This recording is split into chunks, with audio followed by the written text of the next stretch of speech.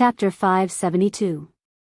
Zaytian Palace, Yang Exian Pavilion. Purple smoke slowly rose from the incense burner, lingering around the pavilion before dispersing with the wind. Qin Yin, dressed in a plain dress, sat on the dragon bed with her palms crossed over her abdomen. Rays of golden energy were generated from the true dragon god binding chains and accumulated between her palms.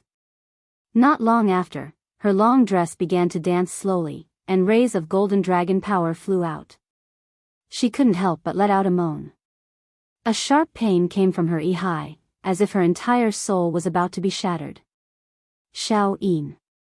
Qin Han looked at her from afar and whispered, "Don't give up. Success or failure depends on this. Concentrate all the power in your high into your soul. You must break through this shackle." Wu. Qin Yin closed her eyes tightly, her long eyelashes trembling slightly. Her spiritual sense sank into her high, and she condensed her body. She held the heaven-suppressing sword in her hand, but she saw that her high had become a chaotic space. The space between heaven and earth was completely distorted, turning into an invisible force that crushed her high. It was as if a huge whirlpool had descended from the sky to crush her high. This is the spirit-breaking stage. It is a once-in-a-thousand-years opportunity. You must master it and break through it. Qin Han's voice came from the sky above her high, like an oracle. Qin Yin gritted her teeth and raised the heaven-suppressing sword with both hands. The dragon power in her body continued to gather into the sword. The sword light shot up into the sky, and the image of a divine dragon lingered around the sword light. In terms of mastery of dragon power, Qin Yin was indeed unparalleled. The sword light pierced through the sky and entered the huge black whirlpool. But there was a roar of thunder in the sky, as if it was resisting Qin Yin's counterattack. The chaotic whirlpool descended quickly, crushing her to the point where she almost couldn't breathe. If this continued, her high would probably explode and become barren. Hong.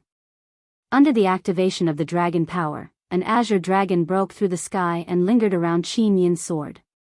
In the next moment, it pounced into the chaotic whirlpool in the sky. This was the power of the Dragon Slayer Formula's 6th stage, Azure Dragon Break.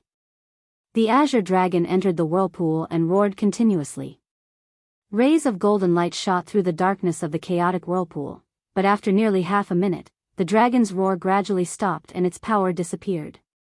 Azure Dragon Break didn't work. Qin Yin's beautiful face was covered in sweat, and her face was a little pale. She gritted her teeth and continued to activate her power. This time, she activated almost all of the dragon power in her body. In an instant, golden light soared into the sky, and images of primordial divine dragons appeared around her. Under the infusion of the dragon power of the true dragon god binding chains, these dragon images solidified into true dragons covered in golden scales. Thousands of true dragons were at the same level as Qin Yin, and they charged into the sky. Buzz buzz buzz, heaven and earth trembled, the entire high was on the verge of destruction, but Qin Yin had to give it her all. This dark chaotic energy had been entrenched in her high for half a month. If it was not destroyed, Qin Yin's realm would remain stagnant, remaining at the first heavenly layer of the Saint Realm. Roar roar roar, thousands of golden dragons rushed into the chaotic vortex, spitting out dragon flames and unleashing dragon power. They wreaked havoc wantonly. For a moment, the chaotic vortex began to distort rapidly, and the originally dark space also began to shine with golden light. Pung! An explosion sounded, and the chaotic whirlpool instantly collapsed. The sky above the high returned to a clear state. But Qin Yin's entire body's strength was almost depleted. She stood blankly in the sky above the high, breathing very quickly.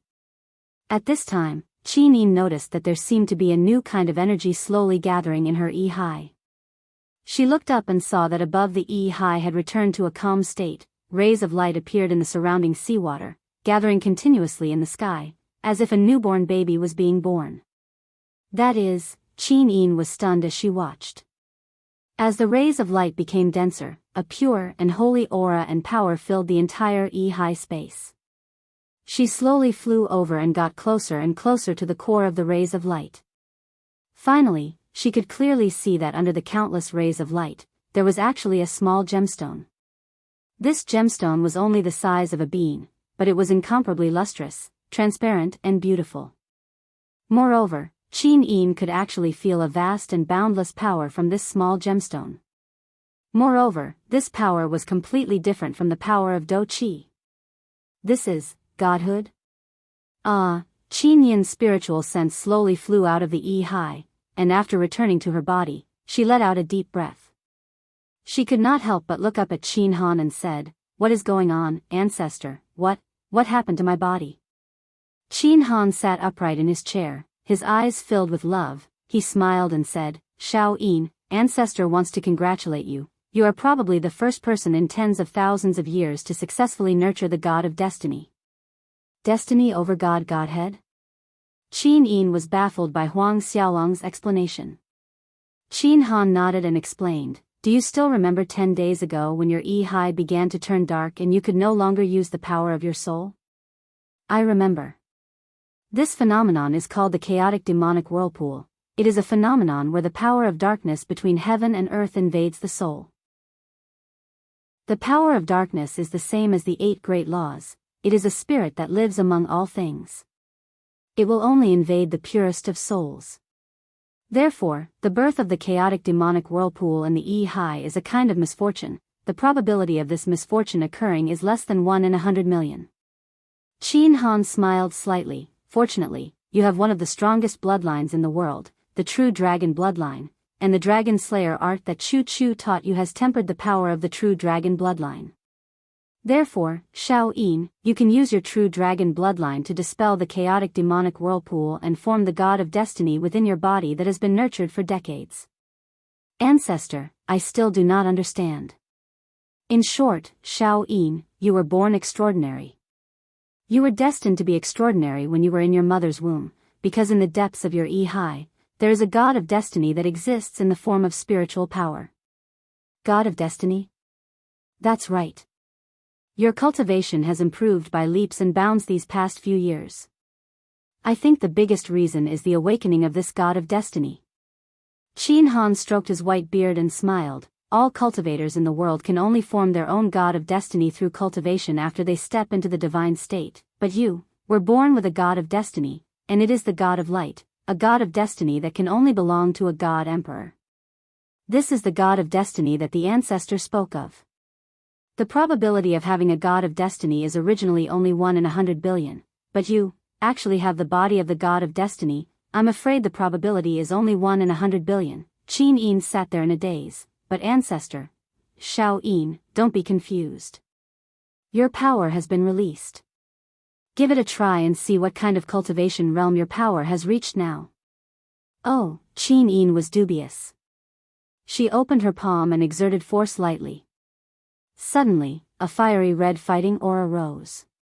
This power was all too familiar. It was the king's fighting flame, one of the powers that Lin Muyu was proud of. "Ah, my king's fighting flame." Qin Yin was overjoyed. "Ancestor, Shao Yin has stepped into the Holy King realm." Qin Han smiled slightly. "It's far more than that. Shao Yin, you are still used to using the power in your Qi Si. This way, your power will not be at its strongest. You can try to summon the god of destiny and use the power derived from the god of destiny to try again." "Yes." Qin Yin nodded and slowly opened her palm. The power of her Yi gathered, and the young god of destiny seemed to be summoned. Suddenly, golden light shot out from Qin Yin's palm. Not long after, a bright and transparent golden crystal pillar broke out of her body and slowly hovered in her palm. The power that the crystal pillar emitted was several times stronger than the king's fighting flame. This, Qin Yin's beautiful eyes almost turned into crescent moons as she said, "Ancestor, such a strong power." Qin Han looked at Qin Yin and was extremely shocked. He could feel with certainty that Qin Yin, the Holy King, was the strongest Holy King he had ever seen in his life. Her true power was even comparable to that of an ultimate god. "Little Yin, this transparent crystal pillar is a type of pure light energy crystallization. It can be used for both defense and offense. You must use it wisely. As far as I know, in the myriad realms divine realm, only one extremely powerful god emperor has comprehended this kind of power in hundreds of millions of years. Its true name is the Celestial Dragon Crystal. It is one of the most tyrannical law of light attack methods in the world. Perhaps it is not even one of them, but the strongest. Really? Qin Yin's eyes widened and she was already cheering from the bottom of her heart. She smiled and said, Ancestor, I can finally help brother you. I don't have to sit in Zetian Palace and wait for everything to happen, right? Yes. Qin Han nodded and said, your current strength is indeed not below that of you. Even if you activates the 7 Luminaries Fairy Sword and the 7 Luminary Stars transformation, he may not be a match for the Celestial Dragon Crystal. However, Xiao Yin, your understanding of the Celestial Dragon Crystal is still too little. Cultivate for a period of time and master it first. All right. Thank you, Ancestor. You're welcome. Qin Han squinted and said, there is one more thing. Xiao Yin, you must remember. Please tell me, Ancestor. You are a person with the Destiny Lord Godhead and the Celestial Dragon Crystal is a rare ability in the 3 realms. You must remember to keep it a secret. Don't use the Celestial Dragon Crystal unless it is absolutely necessary to prevent others from seeing it. Once this news spreads out, I'm afraid the entire heaven realm will be shaken. After all, you have the Light Law Lord Godhead. In the future, you will definitely be the master of the Light Law in the heaven realm. Perhaps, some narrow-minded gods will not hesitate to use their divine power to descend to the human realm to kill you. When that time comes, 1 or 2 ultimate gods and divine kings will be fine. Yes, thank you, Ancestor. Xiao Yin will keep it in mind. That's good. Go back to Zetian Palace and cultivate. I will be in seclusion for a month. Yes, Xiao Yin will take her leave. Chapter 573. The night passed and the sun rose. When the first golden ray of dawn shone into the tent, Lin Muyu could not help but yawn. She had been busy for the whole night, but there was only one finished product. Sure enough, not everyone could master the engraving technique and the heavenly writing technique. Dong dong, Wei Chao's voice came from outside. Commander, breakfast is ready. Shall I send it in for you? Yes. Lin Muyu nodded. Wei Chou pushed the door open and entered. He was wearing the military uniform of a senior officer in the Longdan army camp. The 2 golden stars on his collar shone brightly under the morning sun. As a senior general, he had always maintained the identity of Lin Muyu's personal guard. He personally delivered food and other things. Unless it was Bai Yin's turn, he would always stay outside the tent and wait for orders. Lin Muyu took a look. The food was very sumptuous. There was wine and meat. There were 2 full pots of dishes. She could not finish it alone, so she smiled and said, drag the chair over, you can eat with me. Wei Chou nodded and smiled, okay, thank you very much, Commander. The 2 of them sat opposite each other. Lin Muyu took the wine pot and drank a mouthful of wine to refresh herself. Then, she grabbed the steamed bun and ate it with the pork. The night of engraving and the heavenly writing technique had almost exhausted his spiritual power and physical strength. He had to replenish it. Wei Chou sat there respectfully. He turned around and looked at the large pile of fine steel armors beside him. He could not help but exclaim, Sir, you didn't sleep for the whole night again? Yes. If General Shui was here, I'm afraid she would scold you again. Huh, yes. Lin Muyu's heart warmed. Although Sita Shui was a mercenary, she was very good to her and Wei Chou. It could be said that she cared for them very much. If she saw that Lin Muyu did not take care of her body, she would definitely fly into a rage and scold her. She did not care about offending her superiors. She just regarded herself as the life committee of the Longdan army camp. She had the final say in everything such as life and army accounts. However, after having Sita Shui as the housekeeper, Lin Muyu was a lot more relieved. At least there would not be any major problems in the logistics. Otherwise, there would be Situ Sen, Fengshi, and a group of rough men. If the logistics were in chaos, the entire army's combat power would be greatly reduced. Wei Chou looked and said, "Sir usually uses the tool embryos that are easy to carry. Most of the weapon embryos are sharp swords and daggers that are easy to be carried. Why did you use them to engrave and write this time?" "I have my own uses." Lin Muyu stood up with a bun in her hand. She picked out a piece of armor from the pile and held it in her hand. "Look at this. This is my most outstanding work tonight." "Oh." Wei Chou took the armor and held it in his arms as if it was precious. He took a closer look and saw that the front of the armor was engraved with additional seals. There were a total of 3 seals. The first seal was the soaring seal, which reduced the weight of the armor. This fine steel armor that was at least 50 kilograms only felt like 20 kilograms in his hands. The second seal was the dragon-slaying seal, which provided the wearer with a certain amount of dragon power. The third seal was the Imperial God seal, which could resist the pressure of domains. Just these 3 seals were enough to determine the value of this armor to be more than 1,000,000 Jinin coins. However, Wei Chou could faintly feel the power of heaven and earth in the armor. He turned around to take a look. As expected, the back of the armor was filled with very small divine texts. He gently brushed his hand over it. Instantly, a faint indigo light flew out, and snowflakes lingered around the light. It was the low-grade Heavenly Book embryo of the Ice Shield technique. Low-grade Heavenly Book. Wei Chou was shocked. His entire face was a little pale. He said, "Commander, you actually wrote a low-grade Heavenly Book. Oh my god, this news will definitely shock the entire Lanyan city and even the entire Shattered Cauldron Realm mainland." "No." Lin Muyu raised her hand and said, "Don't tell anyone whose work this is. I don't want to be the target of public criticism. There are already a lot of troubles from the Iha Nation and the Demon Clan. I don't want to get involved in the Heavenly Book Pavilion's dispute.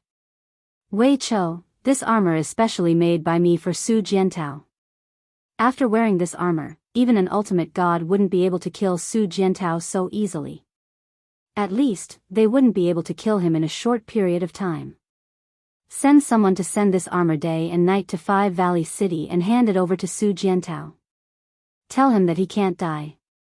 He's too important to me and the Empire. The highest military order I'll give him now is to keep his life." "Yes." Wei Chou nodded and stopped eating. He hugged the armor and said, "Sir, I'll do it right away." "You're not eating?" "You can eat any time, but you have to do it well." "Okay, go." As soon as Wei Chou left, Lin Muyu wolfed down the food and then fell asleep.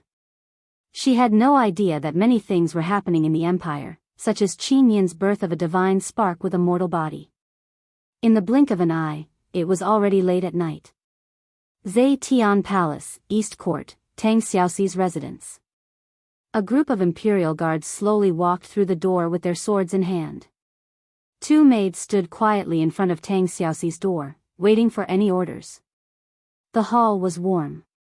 Tang Xiaoxi sat quietly on the bed, streams of flame spiritual energy circling around her body. As a cultivator, Tang Xiaoxi had never given up on cultivation. After all, Lin Muyu had once told her that as long as she stepped into the god realm and became a god emperor, she would take her back to another world to live a different life. Regarding this, Tang Xiaoxi was very hopeful. She wanted to know what Lin Muyu's hometown was like. She wanted to know how big Shanghai was and how the population was more than Lanyan City. She wanted to know how blue the sky of Lijiang was. She wanted to know what a highly civilized society was like. To Tang Xiaoxi, this was like a dream that she was never willing to give up. She was willing to give up her life in exchange for a period of life. She knew what was most important to a girl. The sound of the drizzle moistening the soil, the sound of the flowers blooming. These were far more important than wealth and glory. Shao Shi. Shao Shi, an extremely seductive voice suddenly reverberated in her mind. Tang Xiaoxi couldn't help but tremble. The flames around her body began to grow wild, and the four-tailed fire fox on her shoulder also began to shriek sinisterly. What's wrong with me? Tang Xiaoxi's spiritual sense suddenly fell into her high. It was dark around her. There was only a ray of light falling from the sky. Tang Xiaoxi stood in the same place, unable to summon any strength. It was as if she had been cursed. He, amidst the seductive laughter, a woman walked out of the darkness. It was another Tang Xiaoxi in a sexy short skirt. However, this was a Tang Xiaoxi who had transformed into a nine-tailed form. Her golden eyes were full of temptation, but there seemed to be an additional hint of violence. She looked at Tang Xiaoxi with a smile and said, I finally found you. Who are you? Tang Xiaoxi was stunned. I am you, and you are me. We have always been one. The nine-tailed fox said with a smile. Tang Xiaoxi was unable to move. She asked lightly, what do you want? The nine-tailed fox walked forward and used her long nails to caress Tang Xiaoxi's smooth face. Because I am you, I know how much you love Lin Muyu. But, is love something that can be shared? You still have a great enemy. Her name is Qin Yin. Every day, every minute, every second, she takes away the love of the person you love. Can you bear all of this in silence? You, go away. Tang Xiaoxi was a little annoyed. Xiao Yin is my sister. For her, I can bear anything. We love the same person at the same time. No one is wrong. Don't try to drive a wedge between me and Xiao Yin. Is that so? The nine-tailed demon fox came to Tang Xiaoxi's back and gently hugged her. Her hands caressed Tang Xiaoxi's mounds and gently plucked them. Her voice was extremely seductive as she said, Xiaoxi, oh Xiaoxi, since you were young, who dared to snatch your things? Do you still remember Tang Lu snatching your wooden sword when you were young? He was beaten up by Tang Lan. Xiao Shi, you are a girl born to be the only one in the world. Why do you have to bear such grievances? The thing you love is yours. As long as you are willing, it will belong to you alone. You don't have to submit to anyone. As long as you want it, I will help you take back the person you love. Her voice suddenly became somewhat ruthless as she said, at all costs. Tang Xiaoxi's mood became even more irritable. She softly shouted in a low voice, you, go away. Buzz. A raging flame broke out of her body. Tang Xiaoxi broke through the prohibition and transformed into the nine-tailed fox. The raging flames circled around her. She raised her palm and shouted, get out of my mind. Divine imprint. Boom. The divine imprint blasted into the empty space. The flame soared, but it did not hit anywhere. The nine-tailed fox escaped from the darkness like a shadow. Only her seductive laughter was left in the darkness. I am you. You are me. If you want my power, release yourself. Go away. Tang Xiaoxi returned to her original appearance from the nine-tailed demon fox transformation. At this moment, she hated herself for turning into a nine-tailed demon fox. The restlessness in her heart was so crazy that she could not imagine what would happen if she fell into this kind of madness. Her spiritual sense flew out of high. Tang Xiaoxi suddenly woke up. She found that her bed was on fire. It was obviously caused by the uncontrollable power in her restlessness. Come. Princess, we are here. Call someone to put out the fire. My bed is on fire. Yes, not long after, the royal guards rushed in with buckets of cold water in their hands and easily put out the fire. Princess, your residence is on fire. Why don't you go to Her Highness Yin's? A maid said. No need. Tang Xiaoxi looked at the bright moon in the sky. Maybe Her Highness is already asleep. Help me tidy up the room in the side palace. I will sleep there. Yes, Princess. Chapter 574. Seven Seas City, City Lord's Mansion. There were only 3 days left until the Spring Plowing Festival. According to tradition, this was the day when all the major vassals of the Seven Seas province would have an audience with Tang Lan. Although Tang Lan was in Lanyan City, all the vassals had received invitations and rushed over from all over. War horses and carriages streamed into the duke's mansion in an endless stream, and as one of the commanders of the Tang family, Tang Su was in charge of all matters. The banquet was arranged in the mansion's main hall. Tang Lan had always lived a simple life, but only this main hall was magnificently decorated. A total of 17 vassals entered the main hall, and the attendants began to busy themselves with wine and dishes. In the blink of an eye, the banquet was filled with the aroma of food and wine, and everyone took their seats. Tang Su cupped his fists and said, "There are matters to be discussed in the main hall, so I would like to invite all the lords' guards and womenfolk to the side hall for a meal. I hope everyone will be magnanimous enough to forgive any inconveniences." Everyone was stunned. Among them, Count of Heavenly Secrets Lu Zhong said to his two sons beside him, "Chong, Shan, you two go to the side hall for a meal. Father will be staying here." "Yes, father." The group of guards and servants dispersed, and in the blink of an eye, there were only 17 people and Tang Su left in the main hall. However, anyone with a discerning eye could see that behind Tang Su was a group of 7 Seas City Iron Guards.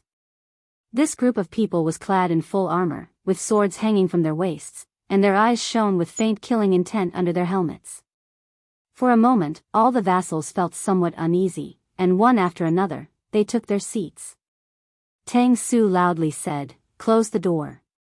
Creak, the door to the main hall slowly closed, and even bolted it.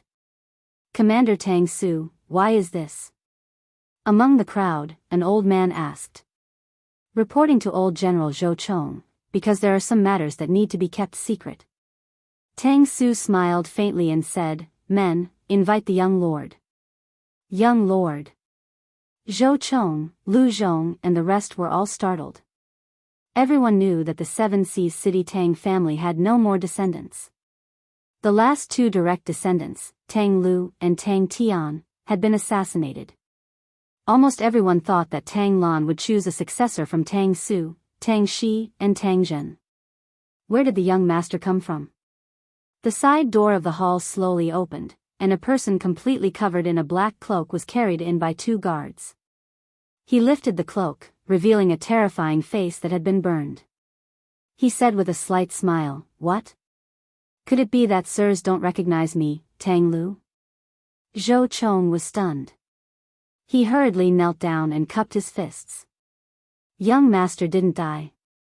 That's great, the Tang family has a successor." Tang Lu said indifferently, "Many thanks to old General Zhou Chong. I'm indeed not dead. Lin Muyu wants to harm me, and the Empress Qin Yin wants to harm me. But I won't die so easily. Our Tang family is tenacious and unyielding, so how could we submit to them?" Lu Zhong's sword-like brows were tightly locked together as he listened to Tang Lu's words without saying a word. "Sirs, please take your seats."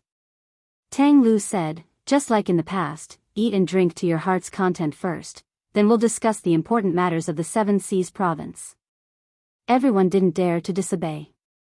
One by one, they cupped their fists respectfully and started to eat and drink.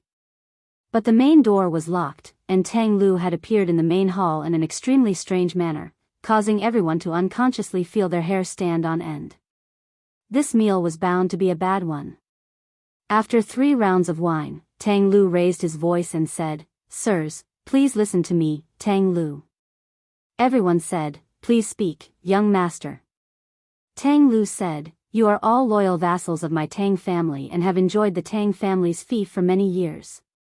As you can see, the 7 Seas province is rich and populous, nurturing countless talents. We have already recruited 400,000 soldiers, and nearly 300,000 of these soldiers are in your hands." Originally, the Tang family serving the empire and the Qin family was a matter of heaven and earth. However, we were suspected and hated by others, and grandfather was bullied and humiliated in Lanyan City. It was to the extent that the person sitting on the throne wanted to obliterate my Tang family, and even sent trusted generals to assassinate my younger brother Tang Tian, and fortunately, I was spared from death, but little brother Tian has already died tragically in the North Ridge province. My Tang family's loyalty can be seen by the heavens and earth, yet we have received such a result." All the vassals were silent, and no one dared to express their opinion. All of them were waiting for Tang Lu's next words. So, Tang Lu smiled and said, "I have prepared a blood covenant flag for the lords. Men, bring it over." 2 guards walked over with a war flag.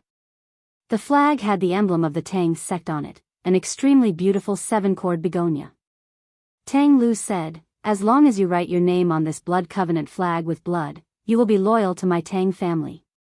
Everyone, the empire is vast and boundless, but there is no longer a place for my 7 Seas Tang sect. If we do not protect ourselves, we will be wiped from the empire's map by Qin Yin." Lu Zhong's face was ashen as he said, "Young master, is he going to form his own sect?" "That's right." Tang Lu smiled and said, "Uncle Tianji can see through fire. Since Qin Yin is heartless, we cannot sit and wait for death. Lords, the Tang family prospers, you will prosper. If the Tang family is defeated, you will be defeated. After writing your name on the blood covenant flag, the alliance will take effect. If Qin Yin moves against our 7 Seas province, we will fight to the death." The old general Zhou Chong couldn't help but suck in a breath of cold air and said, "Young master, we are rebelling against our superiors. The Tang family has been loyal to the empire for 100 years. How can it be destroyed in our hands?" "Old general." The corners of Tang Lu's mouth curled up. "Aren't you being too soft-hearted? In ancient times, it was said that an unbenevolent ruler can be replaced by an official. Presently, Qin Yin dotes on Lin Muyu, Feng Jixing, Jin Yifan, and the others. They disdain our Tang family and make things difficult for us in all aspects. They even harm the descendants of our Tang sect. If we don't take the initiative to attack, then it is equivalent to waiting for death. Do you want a lifetime of glory, or do you want your heads to roll?" A young general in the crowd stood up and cupped his fists. "Young master, I, Dong Chan, have received the grace of the emperor for generations. When the late Emperor Qin Jin was alive, he even rewarded my father many times. Now that my father has passed away, Dong Chan is absolutely not willing to do anything disloyal and unjust. If young master wants to rebel against Qin, then I, Dong Chan, am not willing to join you." As he spoke, Dong Chan stood up and left in a huff. "You're courting death." Tang Lu raised his palm, and the god condensation seal of a heavenly king tore through the sky and smashed onto Dong Chan's back with a bang. Dong Chan didn't even have the chance to let out a shrill cry before he fell against the wall and died. A large charred hole had been burned into his back, and the state of his death was extremely horrifying. "Is there anyone else who isn't willing to submit to my Tang clan?" Tang Lu gazed indifferently at the crowd and said, "Is there anyone who isn't willing to submit? Feel free to stand up." Everyone was horrified. Tang Lu actually killed a vassal in public. How audacious and presumptuous of him. In the crowd, Lu Zhong cupped his fists while trembling. Old General Lu Zhong is willing to follow young master. Since the Qin clan isn't benevolent, then we won't be benevolent as well. The population of the 7 Seas province is in the tens of millions.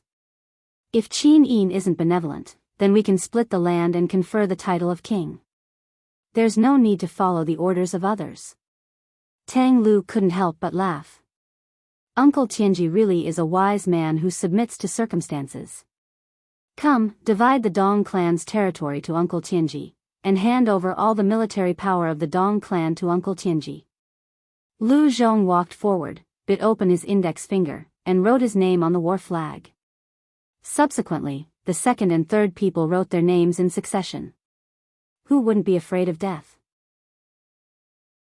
After all, everyone lived to seek glory, splendor, and wealth, and the so-called loyalty was sometimes just empty words. Zhou Chong was the last old general to write his name. When he finished writing his name while trembling, he couldn't help but sigh. "From today onward, I'm afraid there's no turning back."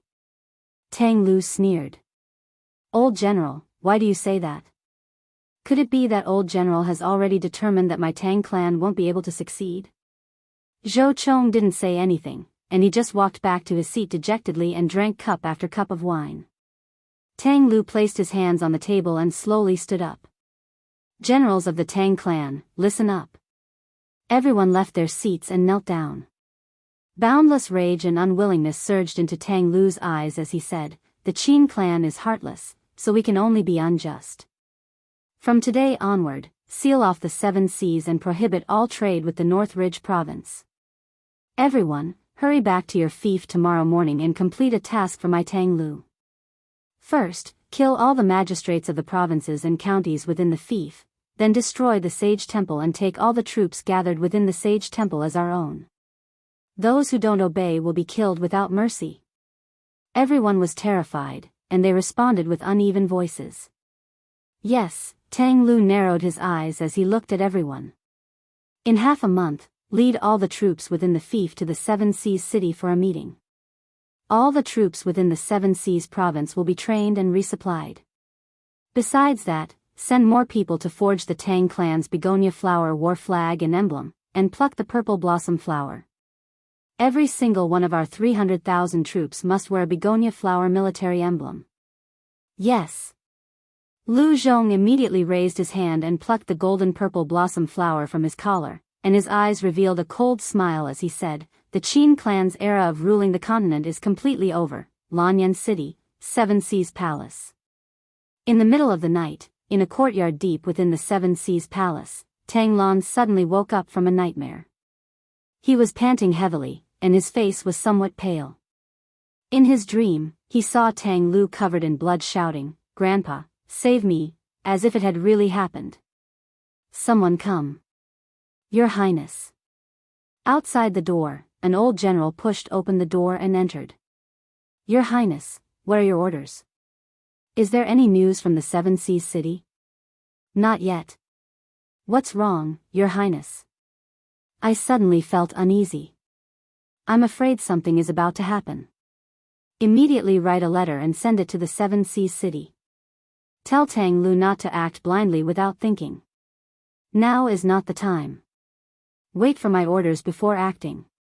"Yes." The old general paused and said, "Your Highness, have you really decided?"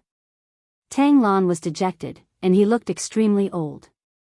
He said, "No matter what, I must think for my descendants, so I'm afraid this matter must be carried out." "What's the situation over at the Earth Star province? How's the recruitment going?" "Commander Tang Shi is recruiting soldiers day and night, but how can the population of the Earth Star province be so poor? I'm afraid the total number of soldiers won't exceed 150,000. 150,000. Tang Lan muttered to himself. 550,000 people. It's comparable to the number of soldiers the Iha kingdom had besieged Lanyan City. Chapter 575. A faint blood-red figure slowly condensed in the dark palace. It was an extremely seductive woman with delicate eyebrows and an enchanting spring look. She stepped on the cold floor barefoot, but if one looked closely, one would find that her body was faintly discernible as if it was transparent. She came to the back of the throne, made a bow and said, "Greetings, Holy Emperor." Creak, the throne turned around. The Holy Emperor, who was shrouded in a dark aura, smiled and said, "Yaoji, you're back. How was your trip?" Yaoji's pretty face was full of joy. She smiled and said, "Greetings, Her Highness Ning-er. She's doing well in Lanyan City, but the city is heavily guarded, so I couldn't take her out. But, Your Majesty, Yaoji has another gain from this trip." "Oh? What gain?" A chess piece that we can plant in the Qin Empire. As long as we control this chess piece, I believe that the land of this continent will be ours." "Oh?" The Holy Emperor couldn't help but laugh and said, "I trust Yaoji." "What do you think, Holy Emperor?" A ray of light fell from the sky, and the golden light converged into a figure. It was the Holy Emperor in a red robe. He bent his body, and there were rays of divine light circling around him. He bowed and cupped his fists, saying, "Your Majesty is wise and mighty. With Yaoji and Marshal Qianfeng leading the three armies, I believe that we will definitely win this battle."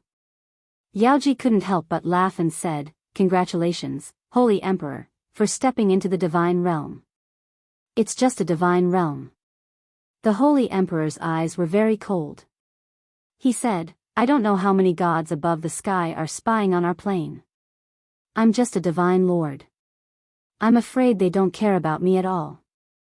Your Majesty, I beg you to let me go with Marshal Qianfeng, so that I can refine more souls for my own use and quickly improve my cultivation. As long as there are enough souls, I'm confident that I can become an emperor god within 5 years." "Oh." The Saint Emperor placed his hands on the armrests of his chair and smiled. "The Saint Teacher is a great leader of our god race. Since that is the case, then follow Marshal Qianfeng. Perhaps we will personally go to battle and bring Ning home." "Yes." Since the Protoss were ready to fight, the humans naturally wouldn't be negligent. Outside the Iha country's capital, 100 Ridge City, the warhorses charged forward, stirring up a cloud of dust. These 100,000 cavalrymen were all the elites of the Iha country. Every one of them was equipped with the best warhorses, weapons, armors, and shields. Furthermore, they were personally trained by Long Qianlin. Qin Yi couldn't help but feel proud. On top of the steel wall, the officials looked into the distance. Qin Yi was wearing a dark green Iha Nation military uniform with a golden dragon robe draped over his shoulders. His face was full of joy as he looked at the drill below the city wall. He pointed at the cavalry formation below the city wall and said, "Dear ministers, can this 100 Ridge cavalry defeat the demon race?" Marshal Ji Yao of the Iha Nation said proudly, "This 100,000 cavalry has gathered the strongest warriors of our Iha Nation, the best warhorses, and the best equipment. I believe it can fight against 50,000 armored demons." Commander Yi Xuanhuan of the Celestial Legion also cupped his fists and said with a smile, "Commander, I'm afraid that only the Dragon's Courage Legion of Lanyan City can contend against the 100 Ridge cavalry. However, I'm afraid that Lin Muyu will soon be exhausted by the demon race's attack and won't have the chance to contend with the 100 Ridge Legion." "Yes, has Qianfeng's messenger arrived yet?" "Not yet." Qin Yi narrowed his eyes and said, "Remember, the demon race can't be easily trusted just like humans. No matter how nice Qianfeng's words are, the demon race won't give up on us. This 100 Ridge cavalry is prepared for the demon race. In addition, the arrow boxes and ballistae also need to be built. Since Qianfeng has decided to attack the Empire, the Iha Nation is not far from war. What do you think, Marshal Long?" Long Qianlin stood quietly at the side until Qin Yi asked a question. Then he cupped his fists and said, "On the demon race's side, we have the Qinling Mountains as a natural stronghold, so the demon race definitely won't be able to take down the Qinling Mountains in a short period of time. However, the 3 passes on the West Qinling Mountains have already been taken by the Empire. In comparison, the threat from the Empire is greater. They can cross the 3 passes at any time and sweep across the northern territory of our Iha country. I believe that the military strength of the Iha country is slightly weaker than that of the Empire and the demon race, so we should focus on defense and wait for an opportunity to strike." "Why?" Ji Yao couldn't help but smile. After several years of recuperation, the Iha Nation now has nearly 600,000 soldiers again. We can be said to have a strong army. Why can't we leave the Sword Pavilion and recover the lost land in the north?" Long Qianlin frowned and said, "To the north of the Sword Pavilion is the border of the Empire's Tsangnan province. There are many forces there. Once a war breaks out, the demon race and the Empire's army will run amok there. The Iha Nation's military strength is the weakest. As long as the Iha Nation's army leaves the Sword Pavilion, both the demon race and the Iha Nation will attack the Iha Nation's army first." "Is that so?" Ji Yao laughed. "How long has it been since the last time General Long mobilized his army?" "Nearly a year." "No wonder. General Long has trained his army for a whole year. It seems that your spirit has been worn down. You're already afraid to fight before the war. How is this the Long Qianlin who surrounded Lanyan City? Ji Yao didn't hide the ridicule in his eyes. Long Qianlin was silent for a long time. Commander, do you also think that I'm afraid to fight? What are you talking about? General Long is well versed in military strategy and is the treasure of the Yihan nation. If even General Long is afraid to fight, who else in the Yihan nation can lead the army to war? Ha ha ha, if that's the case. Long Qianlin cupped his fists and said, I ask for your permission to let Long Qianlin lead the 300,000 soldiers of Hundred Ridge City to the Sword Pavilion. In this way, Long Qianlin can respond to the war at any time. This, Qin Yi was startled. He stroked his beard and said with a smile, the demon race hasn't officially launched an invasion. We're not in a hurry. General Long, the most important thing now is to train well. After all, there are still many new recruits among the 400,000 soldiers of Hundred Ridge City. Our combat strength is not enough. Yes. Long Qianlin bowed and cupped his fists. A trace of disappointment flashed across his face. Not long after, Qin Yi returned to the palace of the Southern Protector of the Hundred Ridge City after leading the officials to patrol the city. His golden dragon robe was fluttering behind him, but his figure looked a bit old. Ji Yao, Yi Xuanhuan, and Qin Huan followed him into the palace. There were only 4 of them in the palace, and all of them had an unusual look on their faces. Ji Yao knelt on the ground and cupped his fists. Commander, Long Qianlin has many contacts with the generals of the empire. I've intercepted the handwritten letters between him and Lin Muyu. He has repeatedly complained about the unfair treatment in the Yihan nation and often expressed his desire to return to the empire. Such a traitor. How can you continue to appoint him to lead the army? Qin Yi stood up and put his hand on the jade seal on the table. A beam of light shot out from his eyes. He said, those letters were forged by mediocre people. I can tell at a glance. General Ji, you don't need to be bewitched by people with ill intentions. You and Long Qianlin are both marshals of the Yihan nation. You should work together and help me destroy the empire and the demon race, right?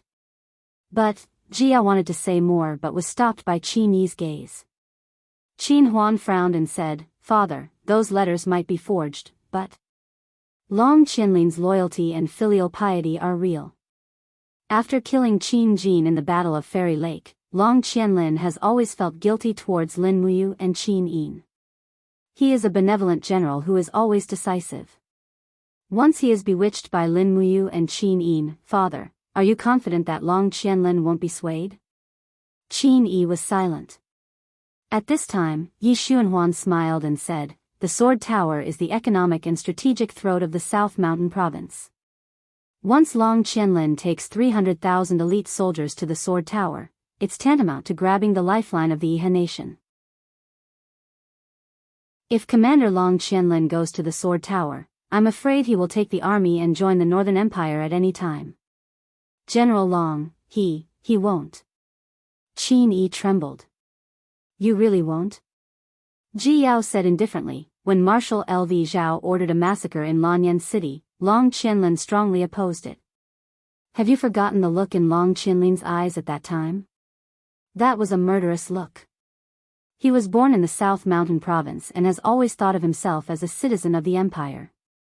Perhaps, deep down in his heart, he has always thought that the Yihan nation is a group of rebels. Qin Yi took a deep breath and his emotions gradually became chaotic. He said, then what do you think Long Qianlin should do? You should also know that Long Qianlin is a famous general. No one in the Yihan nation can surpass him in military strategy. The 3 of you are far inferior to him. Do you want me to take the risk? Qin Huan said, Father, we are naturally not as experienced as Long Qianlin. However, we are all loyal to the empire, but Long Qianlin doesn't. In my opinion, why don't we dispatch Long Qianlin to the Swift White Province and give him 100,000 soldiers to guard Fiery Moon City? In this way, once the empire sends troops to the South Mountain, Long Qianlin will naturally be able to resist. As for the demon race, the 3 of us can lead the troops to resist. Fiery Moon City, Qin Yi took a deep breath and said, I understand. Immediately take my personal order to see Long Qianlin and order him to lead 100,000 troops to garrison Fire's Moon City. He's allowed to recruit and train troops on his own, and all military equipment and rations will be provided by Sunset City. No one is allowed to slight Long Qianlin, otherwise, they'll be executed without mercy. That's all. Yes. After Qin Huan and the other two left, Qin Yi felt exhausted and fell heavily on his chair. Long Qianlin was indeed talented in military affairs, but he was also envied by the Yihe nation's generals. Even his own son's attitude toward Long Qianlin had changed greatly. However, Qin Yi knew that he could not give up on Long Qianlin. He was the Yihe nation's last hope. Without Long Qianlin, perhaps South Mountain would have been flattened by Feng Jixing and Xiang Yu 2 years ago. Chapter 576.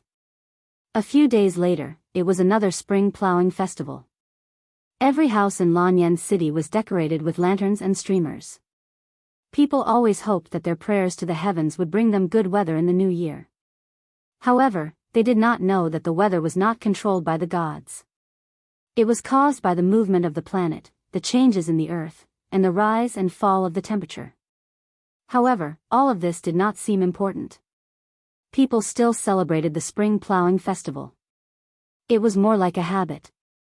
Early in the morning, Lin Muyu led all the generals above the rank of captaincy in the Longdan army camp and slowly set off to Zetian Palace to participate in the Empire's spring plowing festival ceremony, just like in previous years. Zetian Palace was bustling with activity. The officials congratulated and saluted each other as if it was the spring festival. Lin Muyu could not help but sigh inwardly. He remembered that he had also participated in the spring plowing festival 5 years ago. At that time, Qin Jin was still around. Now, the old officials had died one by one. The Empire's commanders had also been replaced by the younger generation. The wheel of history did not care about anyone's unwillingness or unwillingness.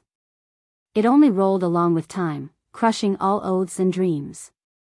Not long after, Qin Yin and Tang Xiaoxi walked up to the palace side by side. The officials knelt on one knee and saluted, shouting, "Long live." Before the ceremony began, the manager of the Heavenly Book Pavilion, Ji Lin, walked forward shakily and picked up a scroll to read. Recently, the Heavenly Book Pavilion has collected a total of 2 low-grade heavenly books, 23 earth books, 97 spiritual books, and 214 personal books. This is the detailed table of contents. Please have a look, Your Highness. After reading it, Qin Yin said happily, "Manager Ji Lin, thank you for your hard work." Then, this afternoon, the Minister of War, Feng Jixing, will personally lead the Imperial Guards to the Heavenly Book Pavilion to collect the books. All the Heavenly Book weapon embryos will be stored in the military warehouse and distributed to the major armies for use. Ji Lin bowed his head and said, "Thank you for your grace, Your Highness." The Heavenly Compendium Pavilion had been established for a long time, and it already had over 100 earth tomes in its collection. Handing all of them over to the Ministry of War made Feng Jixing feel like he had suddenly become a rich person. This was also the reason why Qin Yin appointed him as the Minister of War. Once Feng Jixing became the Minister of War, he would be able to control a huge amount of resources. At the very least, the Longdan army camp and the Imperial Army would not suffer any grievances when it came to the distribution of equipment and rations. Not only would he not suffer any grievances, but he would also be taken care of like a son. When the ceremony began, everyone gathered outside. Qin Yin was dressed in a deep purple robe with golden embroidery. Her hair swayed in the wind, and she was indescribably beautiful. She looked behind her and smiled, "Princess Shi, Commander Yu, follow me to lead the oxen and plow." Tang Xiaoxi and Lin Muyu gladly walked forward.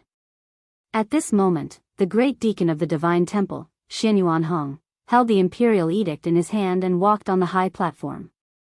He began to read the Empress's spring plowing festival dedication. His Saint Heaven realm cultivation was contained in his voice, and it was very loud and clear. Even the crowd of commoners hundreds of meters away could hear him clearly. While Xianyuan Hong was reading the imperial edict, Lin Muyu hitched a plow to an ox and led the ox on a piece of land dug out by the imperial guards. Qin Yin and Tang Xiaoxi each held a plow and followed Lin Muyu to open up the wasteland with smiles on their faces. In the distance, the commoners cheered loudly and knelt down in droves. The Qin family had been the hegemon of the continent for 10,000 years. Compared to the insurrection and the brutality of the nation, they were still considered kind to the people. This was also the reason why Qin Yin was so popular. Moreover, many people came because of the Empress's beauty. Looking from afar, the beautiful woman in her fluttering white robe was like a fairy that had descended to the world. How could they not be excited? Lin Muyu slowly led the oxen forward and said softly, "The demon clan has made a move." These days, there are constant reports from the Yushu, saying that the demon clan's armored demon army is constantly gathering in Winter Frost City. According to the speed of their troops, the demon clan will definitely attack the steel protective wall in Sangnan province within a month. Yes. Qin Yin nodded gently. There will be another war. Lin Muyu smiled. This time, let's fight for the victory. Oh. Brother Yu, do you have such confidence? Yes. Lin Muyu looked up at the sky and recalled the situation of the magic crystal cannons firing last night. Qin Xiling had mastered the collision explosion technique, and every cannon could basically make a sound. The only shortcoming was the range, which was at most 500 meters.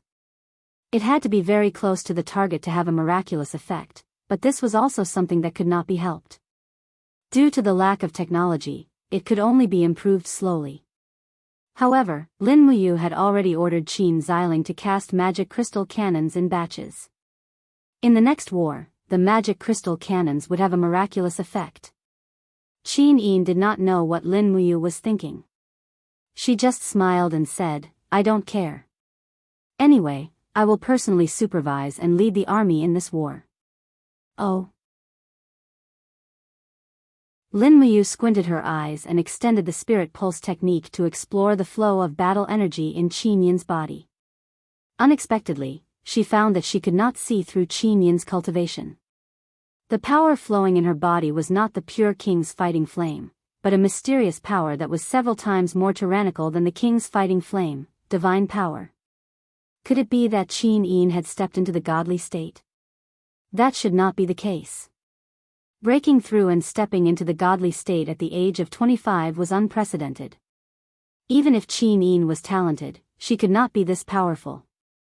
As if she could see that Lin Muyu was examining her, Qin Yin chuckled and said, "Don't look at me. I am only at the Holy King state.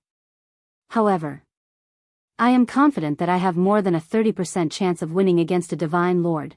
30% is not enough. I don't care. Anyway, I don't agree with you leading the army in person." I am going anyway." "I don't care." Tang Xiaoxi, who was listening at the side, felt her scalp go numb. Good heavens, on such a holy ceremony, can you two stop being so willful? "I don't care. Anyway, I am going to participate in the war." From afar, Feng Jixing crossed his arms in front of his chest and looked at Lin Muyu, Qin Yin, and Tang Xiaoxi plowing the field. Suddenly, he sighed. Zhang Wei squinted his eyes and asked, "Commander, what's wrong?" Feng Jixing nodded. His eyes gleamed with wisdom and said, "I don't care. Anyway, I am going to the brothel to drink tonight. Once the war starts, I won't have such a chance anymore." Zhang Wei's body trembled. He did not know what to say at all. His whole body was in a mess. In the afternoon, Feng Jixing transported batches of Heavenly Book embryos from the Heavenly Book Pavilion. This made Lu Feng, Lu Ying, Ouyang Bao, and the others in the Heavenly Book Pavilion feel distressed. However, this was fate. The scholars who entered the Heavenly Book Pavilion were destined to be a tool to produce heavenly books. The meaning of their existence was to write more and more powerful heavenly books for the empire in exchange for the glory of being conferred nobility. Feng Jixing saw a group of familiar figures before he entered the Minister of War's residence. It was Lin Muyu, Wei Chou, Situ Sen, and the others. They also brought along hundreds of cavalrymen from the Longdan army camp. "Io, this guy," Feng Jixing complained incessantly, he has been waiting for me even before I entered the door. How can there be such a person? Zhang Wei chuckled, he has always been this kind of person. Lin Muyu had already spurred her horse forward. She smiled and said, Big brother Feng, my good brother, I'm here to collect the Heavenly Books embryo from the Brave Dragon Battalion. Do you think my 5 carriages are enough? Feng Jixing's eyes widened, there are only 5 carriages in total. You might as well take all of them and take my life away.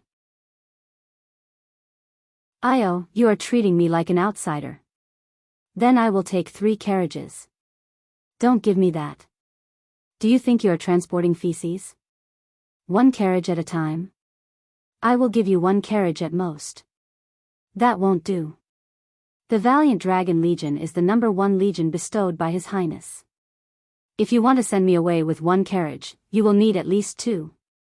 Absolutely not. There are more than a dozen legions in the Empire waiting for the Heavenly Book embryos. If we give them all to you, what can we do? At most, we will give you 1.5 carriage.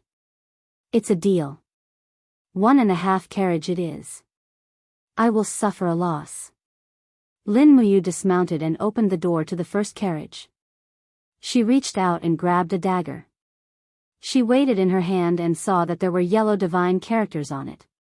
She smiled and said, This mid-grade earthly book is not bad. I will accept it. Io, this high-grade earthly book is also of the highest grade. I will take it. And this top-grade earthly book, there are so many good things. Feng Jixing trembled with anger. These resources must be collected and registered. Do you think you can pick them as you please? Brat, put that top-grade earthly book down. I saw it first. Look at how stingy you are. How did you become the Minister of War? If you are so stingy, you should be an assistant minister in the Ministry of Revenue. Lin Muyu saw that most of the carriages were earthly books and spiritual books. There were no human books at all. They were all top-grade weapon embryos. Lin Muyu could not help but walk forward with a smile on her face. She grabbed the reins of the war horse and smiled at the soldier driving the horse. Brother, come down. The soldier did not dare to say anything. Yes, Commander Yu. Io, what are you trying to do? Feng Jixing's eyes were wide open. Lin Muyu flipped over and sat on the carriage. Her smile was very bright. What else can I do? Brother Feng, you said that you will give me 1.5 carriage of heavenly books. I will take all of them, dream on. No, get down. Stingy. Stingy. I think you shouldn't be called Feng Jixing in the future. Just call yourself Feng Stingy. We're brothers. Don't tell me that this cart of military supplies isn't worth it. Move aside, I'm driving the horse away. Don't get hit by it, I can't afford it. Brat, don't go. Feng Jixing still wanted to say something, but Lin Muyu had already galloped away on her horse. In a flash, she disappeared from the Ministry of War's Minister of War's residence. How was this collecting resources? This was no different from robbery. Feng Jixing was so angry that he gritted his teeth. My heavenly books. Brat, I am so angry. At this moment, Situ Shui walked forward with a beautiful smile. General Feng, there are still half a carriage of resources in the Longdan army camp. Do you want me to pick them myself? No, absolutely not. The embryonic heavenly books in this carriage are not bad. Come. Let's unload half of them and drive the carriage away. The Ministry of War is overflowing with wealth. We don't need this carriage. Situ-sen was already busy. Not long after, half a carriage of embryonic heavenly books was taken away. Feng Jixing stood there desolately. He felt very sad. It was as if the Ministry of War had encountered a group of robbers. Luo Yu coughed. Commander, what do we do now? Do we still need to register? Register what? Feng Jixing gritted his teeth and said, choose half of the remaining 3.5 carts of earth tomes and spiritual tomes for the Imperial Guards to use. Distribute the rest to the various armies. Also, leave all the low-grade heavenly tomes for the Imperial Guards. Commander, the inferior-grade heavenly books have been taken away by Commander Yu. Where are we going to find more? Ah, Feng Jixing howled. He did not even have the mood to drink wine. Chapter 577. 18 days later, on the 18th of January, year 7736 of the imperial calendar, the demons finally sent their troops. The rumor had already spread in the human territory. Everyone was in a state of panic. The demons were like a nightmare that haunted everyone's mind. Anyone who had witnessed the demons' slaughter was trembling with fear. Moreover, according to the military reports and rumors, the demons' vanguard was aiming at the steel wall of the Daojiang tributary of the empire. They were determined to conquer it. Early in the morning, rays of sunlight fell on the gilded carpet in the main hall of the Zetian Palace. The officials stood in great numbers, their faces full of fear and uneasiness. Qin Yin and Tang Xiaoxi entered the hall one after another. After sitting down gracefully, Qin Yin said, "It's just the beginning of spring, and the demons are invading in large numbers. Someone, tell us the military report in detail." Yes. An assistant minister of the Ministry of War reported, 3 days ago, the demons' army set out from the Winter Frost City in the Lingdong province. The Qianfeng Corps has 140,000 soldiers, including 100,000 armor demons, 30,000 winged people, and nearly 10,000 advanced demons. The Thunder Rush Corps has 210,000 soldiers, including 170,000 armor demons, 40,000 winged people, and more than 10,000 horseshoe people in the Daojiang River. The demons have 150,000 human soldiers in the human territory of the Lingdong province. They have a total of 510,000 menacing soldiers. Qin Yin couldn't help but gasp. She had only heard the rough information about the demons' military strength. Now she knew that the demons actually had so many troops. Xiang Yu frowned and didn't say anything. Su Muyun cupped his fists and said, "Your Highness, there's no need to be afraid. Since the Empire and the demons have already fought at the steel wall, there's no need to be afraid. The demons are also made of flesh and blood. There's nothing to be afraid of." In the crowd, a deputy general said, "It's just that, the Thunder Rush Corps has 170,000 armor demons." 170,000. Even 500,000 cavalrymen may not be a match for this army. Feng Jixing frowned and didn't say anything. At this time, an old official with a walking stick stepped out of the ranks. He was Count Qingyun, an old noble who controlled more than 1/3 of the ore transactions in Lanyan City.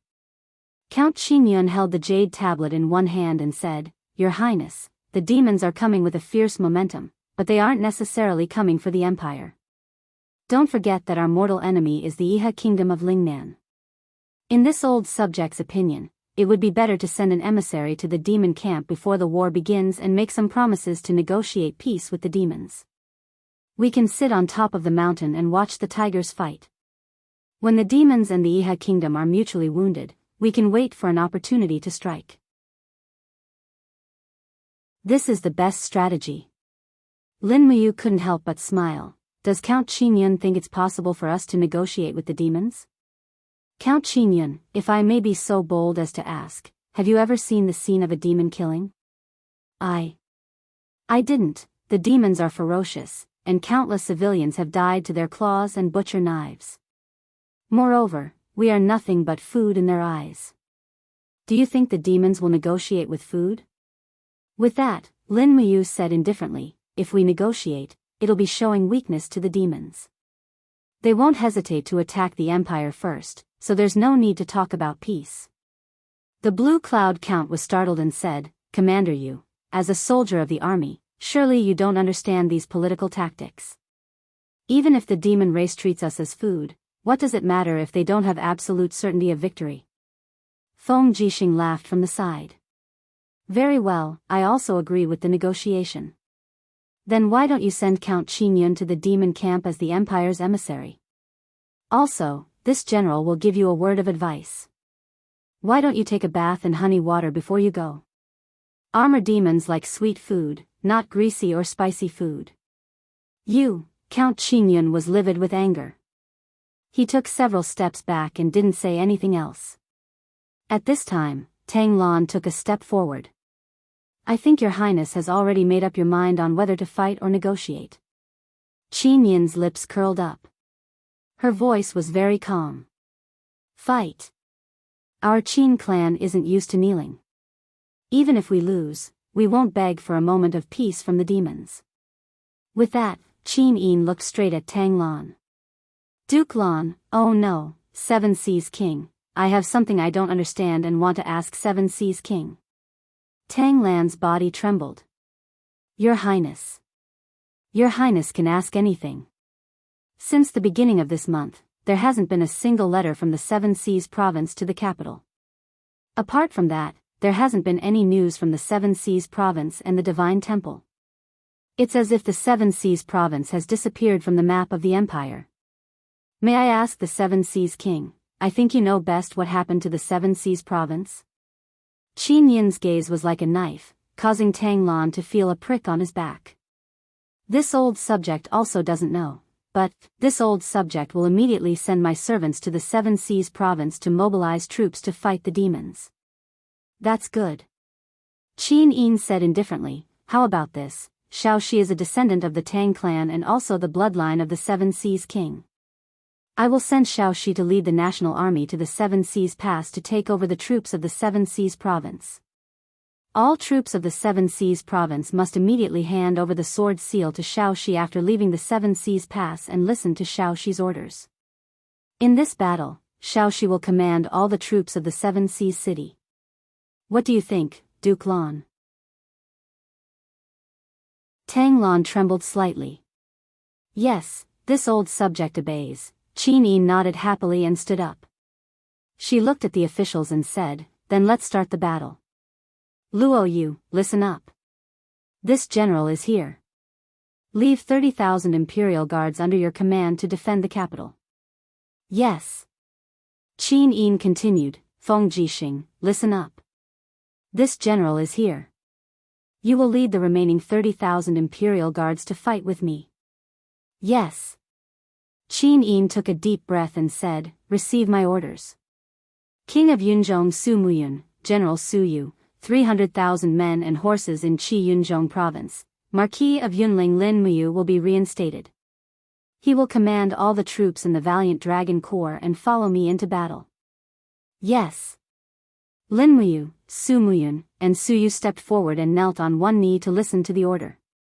Qin Yin then looked at the people of the Tang clan and said, Seven Sea King, you still have close to 200,000 troops in Earthstar province and Northridge province. Gather the troops with Xiang Yu, the Marquis of Pingnan, and follow me to the steel protective wall to fight the demons. Yes. Tang Lan, Xiang Yu, Tang Shi, and the others knelt down. All generals, prepare the provisions and equipment. We will set off in 3 days. Yes. The Empress had issued an imperial edict, and the war was on the verge of breaking out. The entire Lanyan city was naturally shrouded in a gloomy cloud. Other than those generals, there was probably no one in this world who liked war. Late at night, the camp of the Dragon Courage Legion was still bustling with activity. The 3 armies had yet to move, but the provisions and fodder had to go first. Feng Shi was already gathering the provisions and sending them out to the Longdan army camp.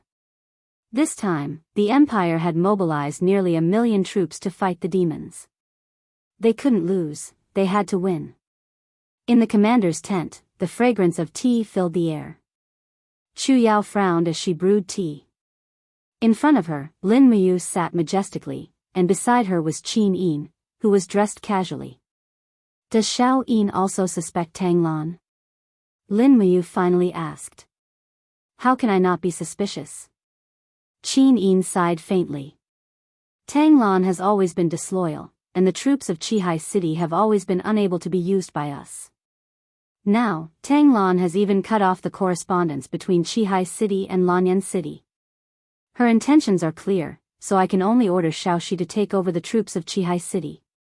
As long as Shao Shi controls the hundreds of thousands of troops of Qihai City, I believe the overall situation will be set. Xiao Yin seems to be very confident that we can defeat the demons this time. Chu Yao asked with a smile. Qin Yin also smiled, but her smile was full of bitterness. She said, "The land left by my father was originally extremely rich, but in recent years, there have been continuous wars, and people have no way to live. This time, with the troops of Qihai City, we have used nearly 1,000,000 troops to fight against the demons, which has already affected the foundation of the empire. If we don't win, the national strength of the Qin Empire will be greatly damaged, and we will no longer have the strength to fight against the demons." Lin Muyu reached out to take the tea handed over by Chu Yao, put it to her nose and sniffed it. She said, "In order to prepare for the war, all places are collecting and buying grain. Many people have even taken out the grain for winter. If we lose this war, indeed, I don't know how many people will starve to death, and the national treasury is a bit empty. For us, the best result is to defeat the demons and recover Lingnan. With the resources of Lingnan, maybe we can still deal with the demons. This war is a battle of life and death for us." Chu Yao said faintly, "I don't know military strategy, but I believe you can do it."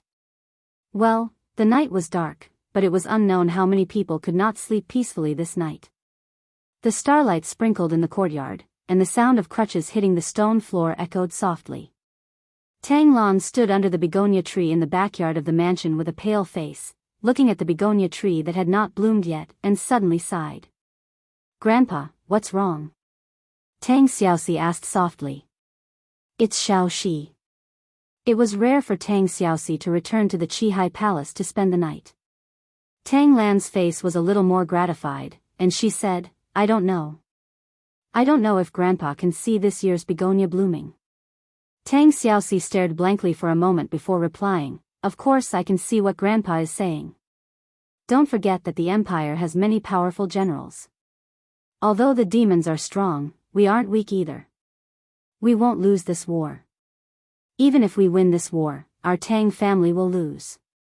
Tang Lan sighed and said, "Can't Xiao Shi see that the Empress completely doesn't trust me?" Tang Xiaoxi held Tang Lan's arm and said, "Xiao Shi is not stupid. Naturally, she can see it, but doesn't Xiao Yin trust me very much? As long as I lead the 300,000 soldiers of the Qihai province to defeat the demons, I will definitely be able to win back Xiao Yin's trust in the Tang family. What do you think, Grandpa?" "Perhaps." Tang Lan smiled slightly. "Will Grandpa follow Xiao Yin to fight the demons?" "Yes." Tang Lan raised his head and looked at the begonia tree swaying in the breeze, and said, "Decades ago, before Her Highness Yin was born, I followed the former emperor to conquer the south and the north. Now, it seems that I have returned to that time.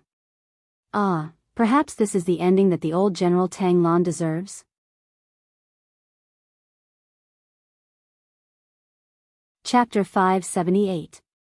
Tuck, tuck, tuck. In the sound of hooves, a man in a white robe galloped straight into the depths of the Longdan army camp. Feng Jixing dismounted and walked into the commander's tent with the horsewhip in his hand. He looked up and saw Lin Muyu and Chu Yao eating. It was the day before the departure, but they still had an appetite. "Brother Feng, you're here?" Lin Muyu smiled slightly. "Someone, add another set of chopsticks." "No need." Feng Jixing sat down and said, "I'm not here to eat. I'm here to collect a debt." "Collect a debt?" Chiao laughed. "What does you owe Brother Feng?" "A promise." Feng Jixing squinted his eyes and smiled. "You promised me that he would give some to the Imperial Guards after the research of the magic crystal cannon is completed. Now I'm here for the magic crystal cannon." "Magic crystal cannon?" Chu Yao murmured. She didn't know what it was, but she was smart and knew not to ask what she shouldn't ask, so she ate the rice silently. Lin Muyu smiled faintly and said, don't worry. Even if I gave it to you now, you wouldn't be able to transport it. A magic crystal cannon weighs more than 10,000 jin. A normal carriage would be crushed by the weight. Even if you dismantle it, it would require a lot of manpower to transport it. Boy, what are you going to do? Brother Feng, you'll know when we go for a walk after dinner. Well, okay, After dinner, the two galloped out of the city and went straight to the forest in the south of the city. About an hour later, the sound of water came from the forest. Feng Jixing was the commander of the Imperial Guards, so he naturally knew the terrain around Lanyan City. The sound of water came from a river closest to Lanyan City, named Water Lin River. It was said that there used to be a water Kailan bathing in the Water Lin River. It was a legend of thousands of years. No one knew whether it was true or not, but the water of the Water Lin River was very deep and connected to the main basin of the Rice River. It was constantly diverted to irrigate the farmland and became wider and wider. Water Lin River? Feng Jixing frowned. That's right. Lin Muyu raised her horsewhip and pointed to the front.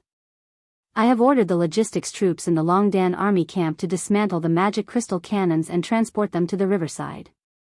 Then, we will dispatch the Navy's warships to transport them. A Navy warship can transport about 3 to 5 magic crystal cannons. The draft is very deep. Adding the weight of the Navy, a warship can transport 3 magic crystal cannons. As expected, after the two of them passed through a bush, they saw a group of soldiers from the Longdan army camp moving the parts of the magical crystal cannon onto the warships.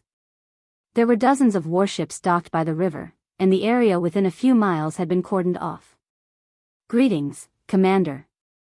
A 1,000-man commander stepped forward and bowed respectfully. How's the shipping progress? Lin Muyu asked. More than half of the goods have been loaded. Please rest assured, Lord Commander. That's good. Lin Muyu looked at the ripples on the Water Lin River complacently. No one knew how long this war would last, but the Empire wouldn't be so passive this time. Feng Jixing was also a little excited and smiled. Good lad, how many magic crystal cannons do you have now? I've sold all my belongings and sold everything I have. Lin Muyu's face revealed a pained expression as she said, in addition to the limited time, I only managed to forge 50 magic crystal cannons. 50? Feng Jixing raised his gaze. I want 20. You're asking for too much. 10 at most. These are my life. No, 15 is at least. Otherwise, what's the use? You have to provide me with cannoneers to load the cannons. Otherwise, the Imperial Guards won't know how to use them, and there'll be a pile of scrap metal. All right, 15 it is. Lin Muyu took a deep breath. These magic crystal cannons will go through the waterway and reach Daojiang. But Brother Feng, don't use them unless it's absolutely necessary. These cannons are quite powerful, but they have very few cannons. I've almost plundered all the magic crystals in Lanyan City. 1 cannonball is 1 less. All right. Feng Jixing said, then how many cannons will you give me? 10 for each cannon. Isn't that too little? Don't think it's too little. It's basically the same. Lin Muyu smiled awkwardly, the technology isn't mature yet. After firing a shell, the barrel of the magic crystal cannons will burn red and need 2 minutes to reload and 5 minutes to fire. Otherwise, the barrel will easily explode. Therefore, the magic crystal cannons can only be used as a deterrent for now. I'm afraid it will be very difficult to rely on the magic crystal cannons to destroy the main demon force. All right, I understand. Feng Jixing walked forward and reached out to caress the body of one of the cannons. His face was full of infatuation. He couldn't help but caress it again and again. Perhaps even the girls in the brothel didn't receive such good treatment here. He couldn't help but smile fondly. What a treasure. In a situation where the Empire is only equipped with arrow boxes and ballistae, we actually have such a powerful cannon with such a long range. It's not easy at all. This isn't a cannon. Lin Muyu corrected. The power of law produced by the explosion of the magic crystals isn't fire, but lightning. The explosion caused by high-temperature lightning isn't something ordinary armor can defend against. I'm afraid the demons don't know the secret of the magic crystals. Ha ha ha, Feng Jixing patted Lin Muyu's shoulder. It's great that the Empire has you. If you really died 4 years ago, I really don't know how we'll fight this war today. Don't worry, someone will fight. Yes, but who will it be? An unscrupulous villain like Xiang Yu, a boorish man like Su Long who knows nothing about military strategy, or a scheming general of the Tang family? Feng Jixing looked at him deeply. There are only a few generals that the Empire can use. This is the biggest reason why His Highness values me and you. Don't say it so sadly. We'll set off tomorrow. Brother Feng, have you thought about how to fight this war? I don't know. Feng Jixing shook his head. The demon army is too strong. The armor demons are so brave and good at fighting, but their number is close to 300,000. As for us, although the Empire claims to have millions of soldiers, you and I both know that more than 60% of them are new recruits. They haven't even seen the demons before. Once they see the armor demons and winged people, I can only pray that they don't wet their pants. Ha ha ha, holding the sword hilt, Lin Muyu burst into laughter. Looking at the surging river, she said, moreover, Yinzhong Province and Earthstar Province are recruiting soldiers on a large scale, but they don't have enough equipment. I've seen some corps in Earthstar Province a few days ago. The soldiers only wear military uniforms without any armor. Most of their weapons are spears. Only the spear heads are made of steel while the spear bodies are made of wood. Although the wood is very hard, I'm afraid it's useless in front of the thick weapons of the armor demons. I can't imagine what it's like for Duke Lan and Duke Yun's men to fight the demons with a pile of junk. Yes, Feng Jixing sighed and said, these new soldiers are the lives of the Empire, but, for the sake of Duke Lan and Duke Yun's army expansion, these young people may die worthlessly under the blades of the demons. Ayu, Tang Lan has blocked the communication between the Seven Seas Province and Lanyan City.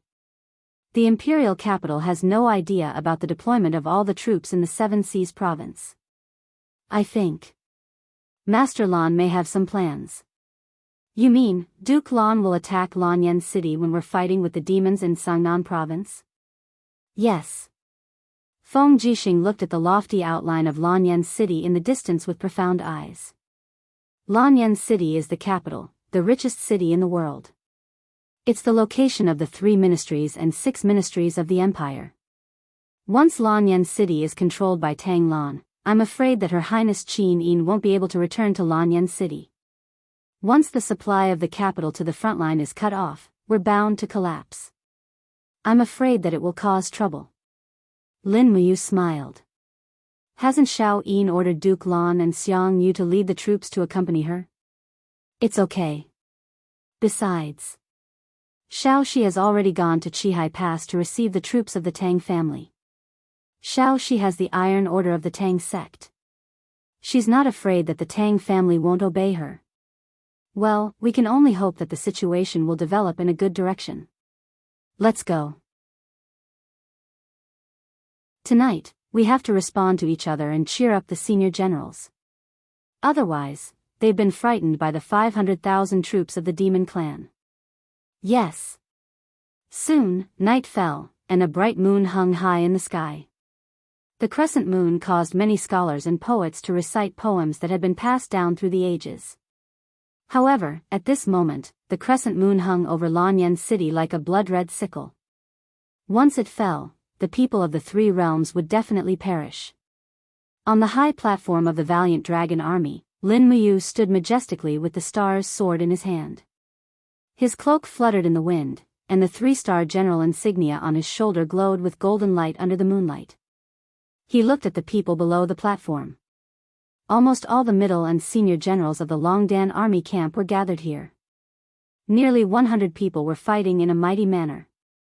Everyone stared at Lin Muyu. They were all boorish people, but they knew that their commander had something to say. They were all waiting to see what kind of shocking words Lin Muyu, who had once served as the great deacon of the Holy Temple, would say. Ahem. Lin Muyu cleared his throat and asked, brothers, you and I are all soldiers of the Empire. Now that the 500,000 troops of the demon clan have invaded our territory, they are far stronger than us. I only have one question for you. Are you afraid? Yes. Everyone shouted at the top of their lungs. It's useless to be afraid. Lin Muyu raised his sword and said, it's our destiny to spill blood on the battlefield. Only through this battle can we protect our home. I, Lin Muyu, can't guarantee that you can come back alive to see the bright moon of Lanyan City again. But I promise that even if we die in battle, our valiant dragon army will only die in glory, and not drag out an ignoble existence. I can't promise that we can lead you to victory, but I promise that we will do our best and live up to the honor of the soldiers of the Empire. Everyone, turn around and go to sleep. We will set off tomorrow morning. Yes.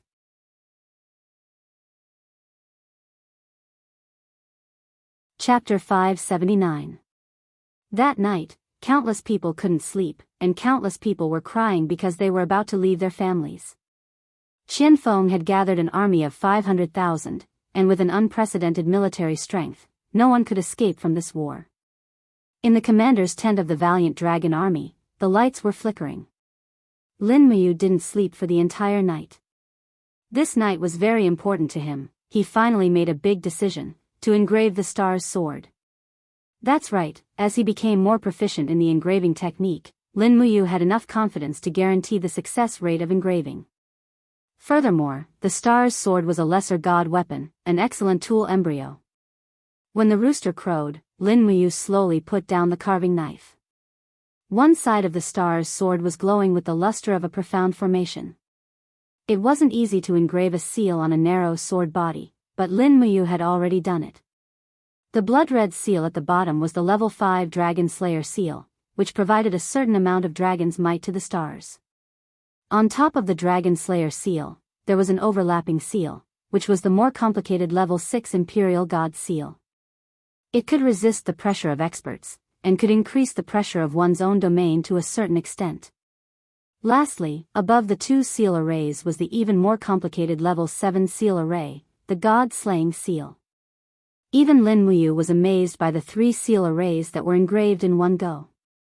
The star sword that was engraved with the God-slaying seal was already glowing with a faint golden radiance. It would greatly increase Lin Muyu's resistance against the godly power and also the power of the godly power that Lin Muyu could unleash. This might not be of much use to ordinary people, but with the dense Fushi godly power that Lin Muyu possessed, it would be of great use to her.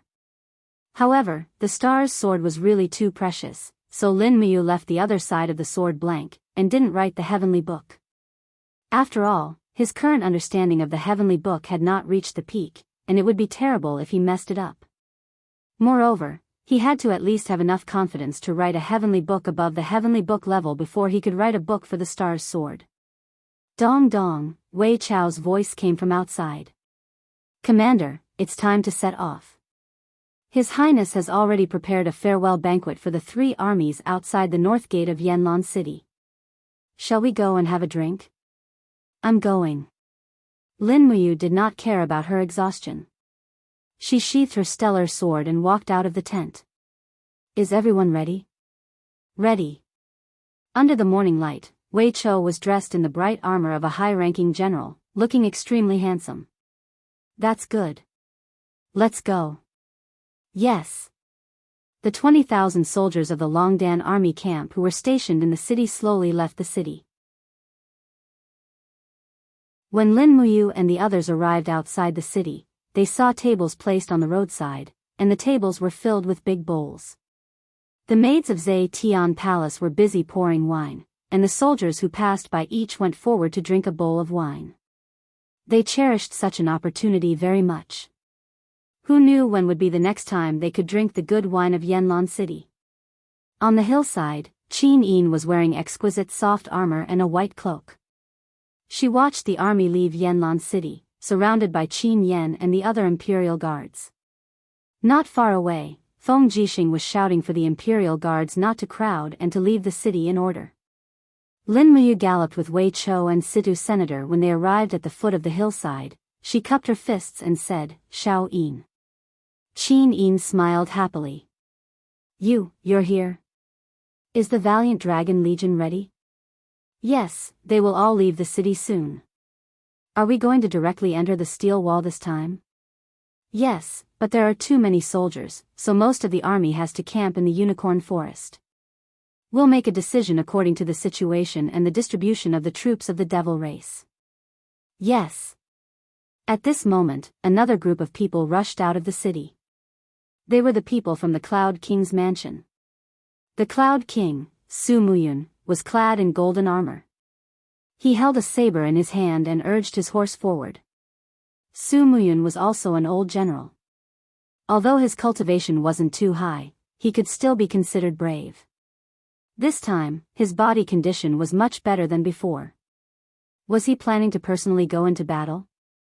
Behind Su Muyun, Su Yu, Su Long, Luo Xian, and the other generals of the Su clan came out in a line, especially Luo Xian, who was wearing a silver armor and holding a thick iron spear.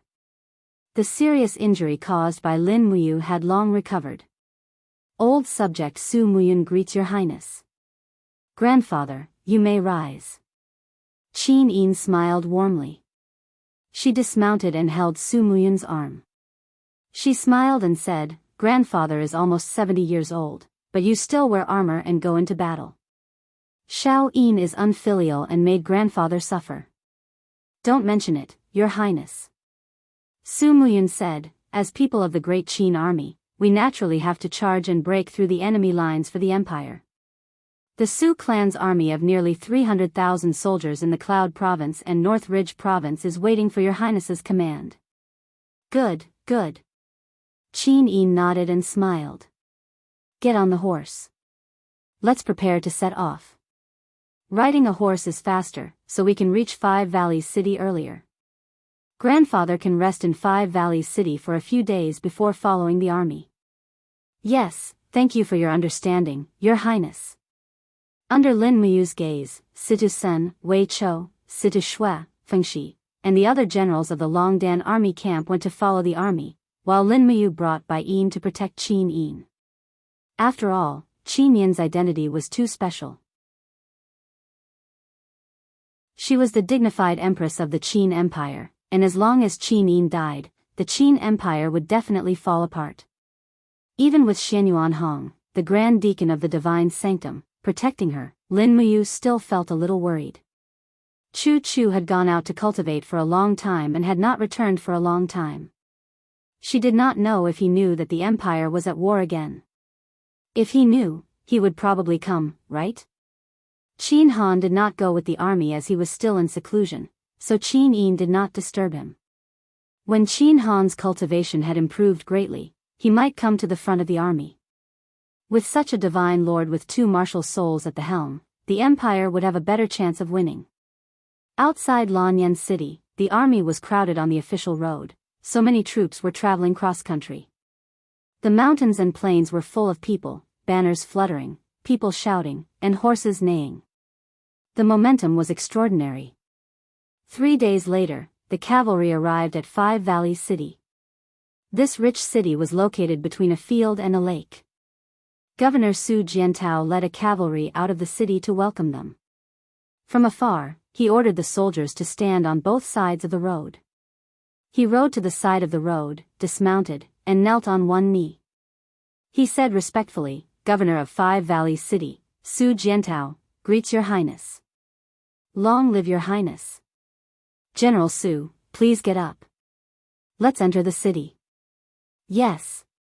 Under the protection of Xianyuan Hong and Feng Jixing, Qin Yin was the first to enter the city. Lin Muyu was in the second row, together with Su Muyun, Tang Lan, Xiang Yu, and the others. After a few years of recuperation, the death aura of Five Valleys City had dissipated. However, the ruins of the city could still be seen. The city walls were still faintly burned and broken. Five Valleys City was originally a rich city that provided military provisions and Jinin coins. However, after the demon race conquered Lingdong province, Five Valleys City became the first large city to resist the demon race. Luo Xian looked around and said, I heard that Five Valleys City experienced a war a few years ago and became a dead city. Now, it seems to be so full of life. The rumors are really not credible. Lin Muyu smiled. Whether the rumors are credible or not, young general can ask Marquis Pingnan.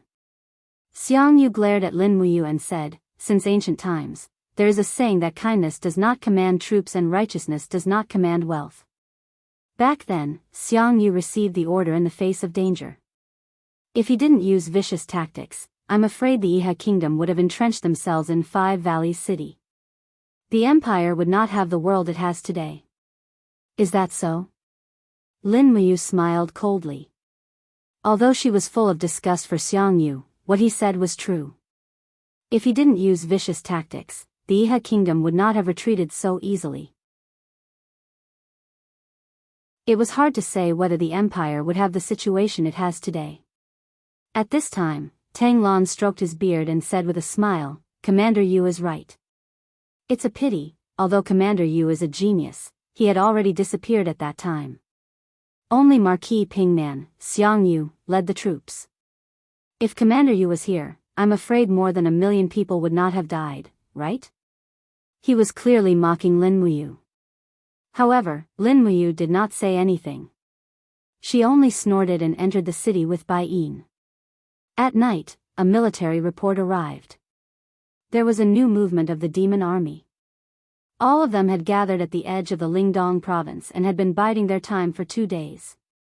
Under the dim candlelight, a group of people surrounded the military sand table in Five Valleys City. All of them were silent. Feng Jixing picked up a small green flag and stuck it on the side of a city to the south of the Qinling Mountains. He said, according to the latest news, the Iha Kingdom's General Long Qianlin has led nearly 200,000 troops here. Fiery Moon City, a city that you has been to before. Fiery Moon City? Lin Muyu frowned. When I brought the Longdan army camp through Fiery Moon City, it was still in ruins. Are there any 100 Mountains cavalry among these 200,000 troops? No. Feng Jixing shook his head and said, among them, there are 100,000 infantrymen from 100 Mountain City, and the other 100,000 are new recruits.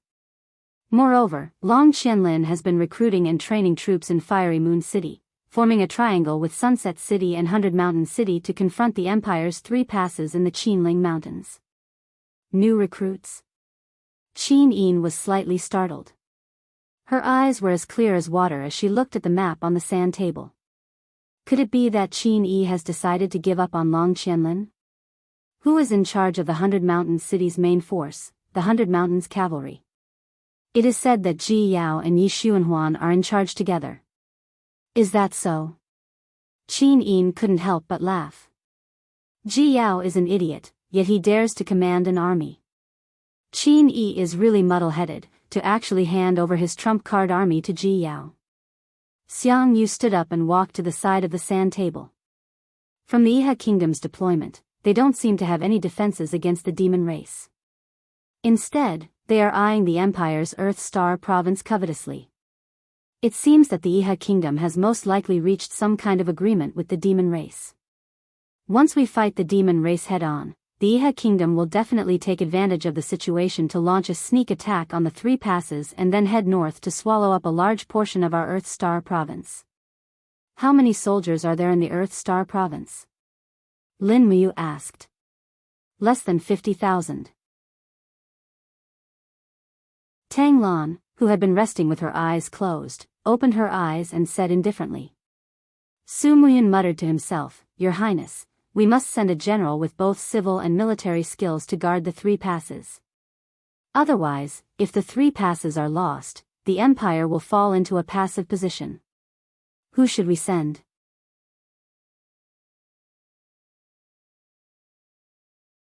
Chapter 580. Tang Lan stood up and coughed violently. Tang Wei hurriedly supported him and said, Grandpa, are you all right? You're not feeling well. Why don't you go back and rest first? No. Tang Lan slowly pushed Tang Wei's hand away. His originally turbid eyes shone brightly as he said, Iha Nation's total military strength is around 900,000. From their current military deployment, we can see that they have 400,000 troops in Lingnan Province and nearly 500,000 in Swift White Province. Among them, Long Qianlin commands 200,000 and Ding Shi commands 300,000. There are only 2 people in Iha Nation that we fear. One is Long Qianlin and the other is Ding Shi. Both of them are famous generals with strategic minds. Now that both of them have appeared in Swift White Province, the general we send must also be a famous general with good strategies. Otherwise, we will definitely lose. Qin Yin smiled faintly and said, then, according to your Highness Seven Seas King, who is the most suitable to go? Tang Lan said, among the famous generals of the empire, Lin Muyu, Feng Jixing, and Xiang Yu are the most proficient in the art of war. Commander Yu repeatedly comes up with unexpected strategies. General Feng is calm and steady, and Marquis Pingnan Xiang Yu is a godlike commander with outstanding courage. All three of them are suitable candidates. However, in terms of experience, Commander Yu has fought with Ding Shi and Long Qianlin many times and knows them very well. Therefore, this old official believes that Commander Yu is the most suitable candidate to defend the three passes. No, I refuse, Lin Muyu said indifferently. Why? Tang Lan was stunned. Lin Muyu's palm pressed lightly on the edge of the sand table and looked straight at Tang Lan. First, Ding Shi and Long Qianlin may not attack the empire. After all, the demons are watching covetously. Ihan Nation may not be able to reach any agreement with the demons. Second, as the Seven Seas King said, I have fought with Long Qianlin many times and understand his art of war. However, I have also fought with the demons Qianfeng many times and understand Qianfeng's military strategy. Therefore, I want to stay in Five Valleys City and fight with the demons. Qin Yin said, if that's the case, Commander, you can stay by my side. I need him to help me strategize from time to time. Tang Lan was taken aback. Then, how should we deal with the possible war in Planet Earth Province? Qin Yin smiled faintly. Why don't we do it this way? General Feng will command 30,000 Imperial Guards, and then we'll allocate 70,000 soldiers from the Earth Star Province's army to support General Feng. The remaining 100,000 soldiers will guard the Earth Star Province. With the three passes, it should be enough to defend against the enemy. Feng Jixing took a deep breath and said, Your Highness, most of the defending generals in the Earthstar Province are from the Tang family. I am worried that my prestige is not enough to deter them. Su Muyun stroked his beard and smiled. If that's the case, then I'll ask the Seven Seas King, Tang Lan, to accompany General Feng to the Swift White Province. The Seven Seas King is the head of the Tang family. With a wave of his arm, he can command more than 10,000 people. Also, if General Feng is worried about not having enough soldiers, I'll have Siyu lead another 50,000 Qin dragon army and listen to General Feng's orders. How about that? Feng Jixing was taken aback. If that's the case, then that's even better. However, I don't know if Commander Su Yu is willing to listen to my orders. After all, she is your Highness's concubine, and I, Feng Jixing, am only a bumpkin. What are you saying, General Feng? Su Yu giggled. You are the head of the previous emperor's wind, rain, thunder, and lightning generals. As long as Her Highness Yin issues an imperial edict, Su Yu will naturally obey General Feng's orders and serve the empire. Then let's do it this way. Qin Yin nodded. Receive my orders. Feng Jixing will lead 30,000 Imperial Guards to the Earthstar Province immediately. Commander Su Yu will lead 50,000 Qin Dragon Army as well. General Feng will be the Commander-in-Chief of the Vanguard. The Seven Seas King, Tang Lan, will be the military governor. Remember, General Feng will make all the decisions on strategic matters. No one is allowed to interfere. Tang Lan and Su Yu cupped their fists at the same time. As you command. Qin Yin's orders were extremely clever. In order not to damage Tang Lan's reputation, she made him the military governor, but also gave Feng Jixing the power to act alone. This way, Tang Lan could be sent away from Cangnan province without affecting Feng Jixing's affairs on the Western Front. At night, after dinner, Feng Jixing and Su Yu were about to set off. Tang Lan was also hurriedly preparing the guards and so on. This time, most of the troops heading to the Earthstar province were Feng Jixing and Su Yu's forces. Tang Lan only brought 2,000 guards. Furthermore, the Empress had issued an edict, and Tang Lan could only carry it out. She handed over the 100,000 soldiers of Chihai City to Xiang Yu. These 100,000 soldiers were the most experienced elite soldiers of Chihai City. Under the starlight, Lin Muyu and Wei Chou sent Feng Jixing and Su Yu off Wugu's city and out of the city. You, don't send me off. Amidst the messy sound of horse hooves, Su Yu looked back and smiled. You stay here and take good care of Xiao Yin. At the same time, help me take good care of my king father. Do you understand? Don't worry, Aunt Lan. Lin Muyu smiled cheerfully. You also have to be careful. If you can defend, don't come out of seclusion to fight. Ding Shi and Long Qianlin are not easy to deal with. Brother Feng, you must not underestimate the enemy. Feng Jixing couldn't help but laugh. Kid, you should think more about your own situation. The demons are coming in menacingly. This time, Qian Feng is almost certain to win. You must be careful. In addition, beware of Xiang Yu. His last sentence was very meaningful. How could Lin Muyu not know? In that case, I won't send you off.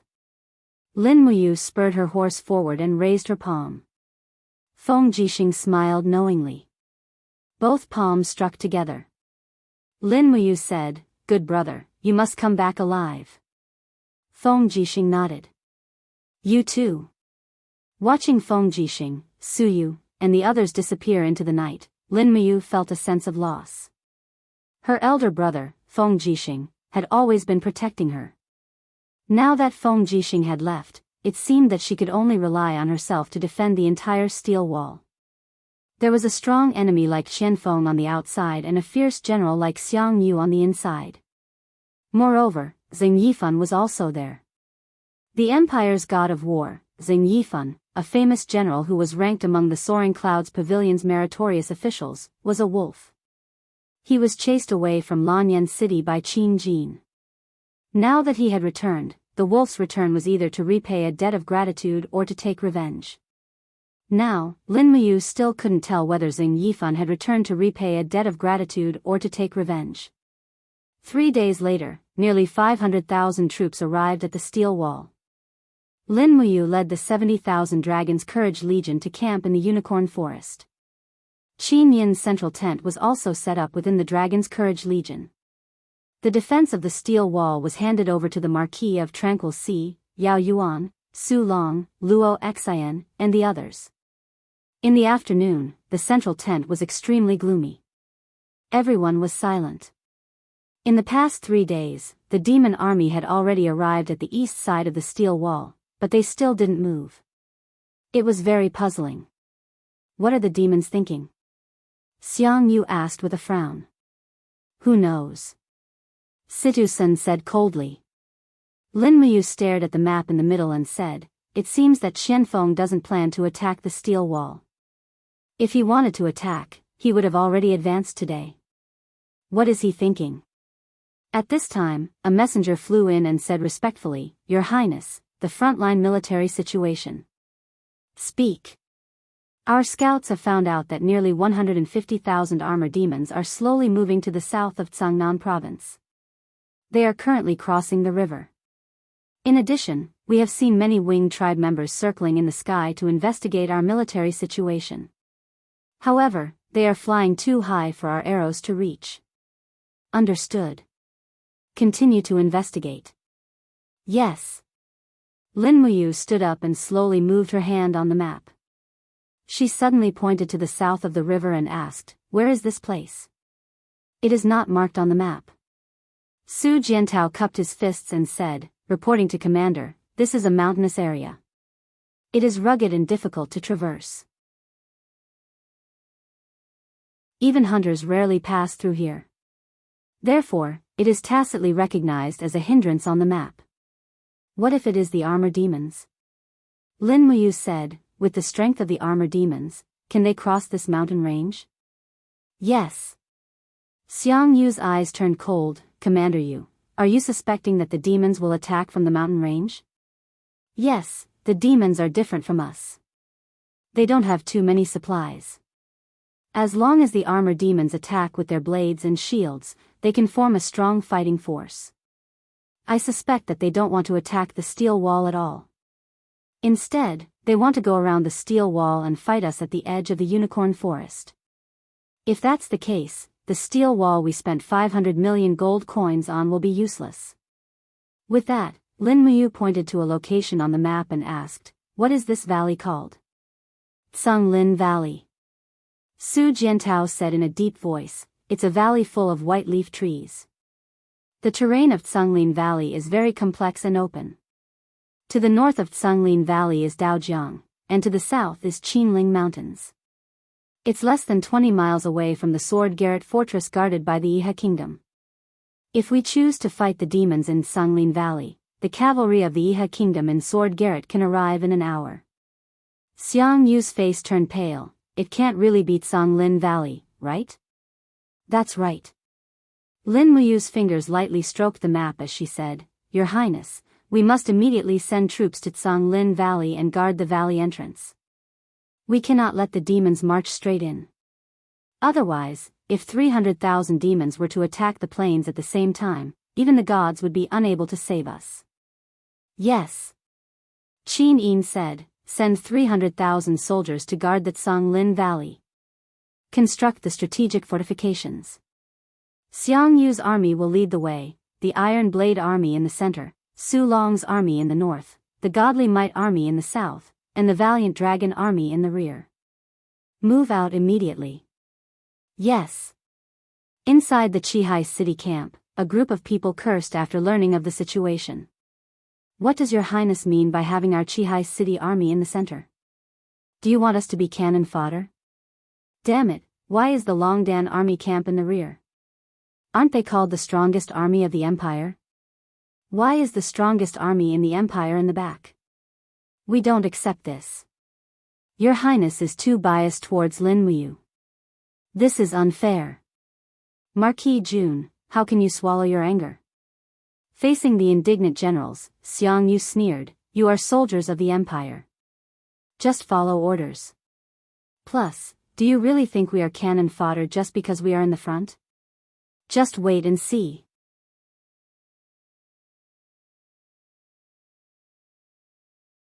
Chapter 581. Rumble. The iron gate of the 7 custom gates slowly rose. After 5 days of bitter waiting, Tang Xiaoxi finally opened the gate. Outside the gate, nearly 20,000 soldiers of the National Guardian Army were waiting in formation. Tang Zhen raised his hand and said, "Blade and shield formation, prepare to defend. Archers and arrow boxes, hold the line. No one is to panic." The sound of ropes twisting the arrow boxes could be heard. A battle was about to begin. "Your Highness."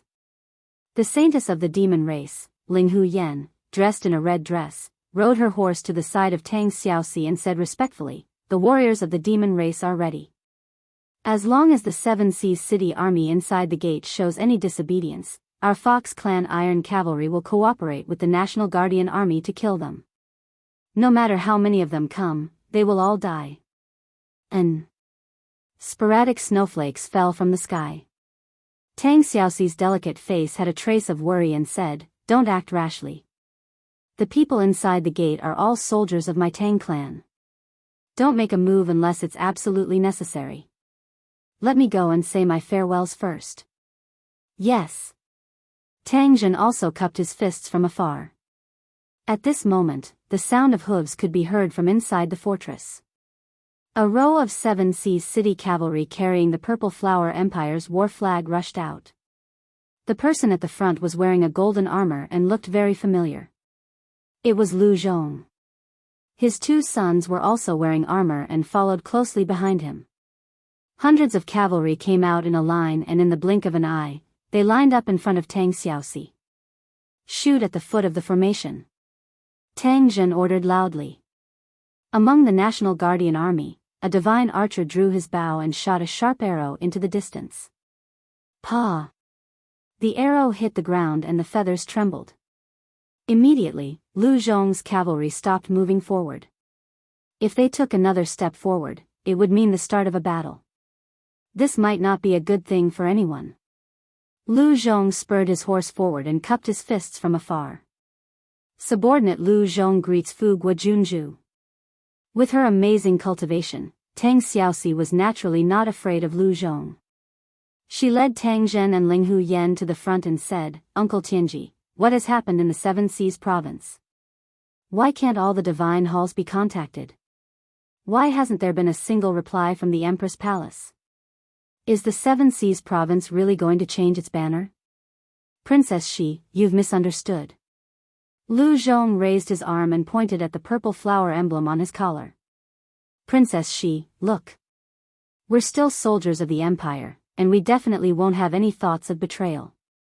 The reason why we haven't contacted Lanyan City is because the Seven Seas province has been snowing for an entire month. The snow has blocked all the roads, causing messenger birds to be unable to fly. I hope Princess Shi will understand."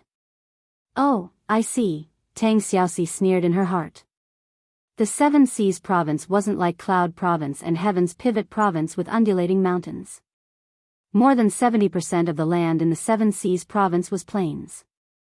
This was also the biggest reason why the Seven Seas province was so rich. No matter how heavy the snow on the plains was, it was impossible for the roads to be blocked. At least, Tang Xiaoxi hadn't heard of such a thing in the past 20 years. However, she didn't expose him. She just smiled and said, "Uncle Tianji, how many Tang clan troops are there in the north of the Seven Seas province?" "This." Lu Zhong hesitated. "Why? Can't you tell me?" Tang Xiaoxi raised her eyebrows and revealed a trace of displeasure. "No, Princess Shi, you've misunderstood." Lu Zhong cupped his fists and said, "It's just that Lu Zhong's status is low, and I can only control 100,000 troops under my command. Therefore, I dare not speak about the military affairs of the Seven Seas City. I think Princess Shi should wait for the real owner of the Seven Seas City to come before asking." "The real owner of the Seven Seas City?" Tang Xiaoxi felt a wave of irritation in her heart. She said, "Lu Zhong, am I not the real owner of the Seven Seas City? Don't forget that you're a soldier of the Empire. You must obey your superiors. My title and military rank are many times higher than yours. If you continue to shirk the responsibility, I'll attack the wall." "Attack the wall?" Lu Zhong couldn't help but laugh. He looked at the campsite of the Kingdom Guarding Army and the Demon Clan Army and said with a smile, "Princess Shi has brought less than 50,000 troops. I'm afraid you won't be able to do anything to the sturdy Seven Seas City. Moreover, Princess Shi doesn't even know how many Tang clan troops there are in the Seven Seas City. Wouldn't it hurt the Seven Seas King if you make such a big fuss? Cut the crap. When will the owner of the Seven Seas City come to see me?"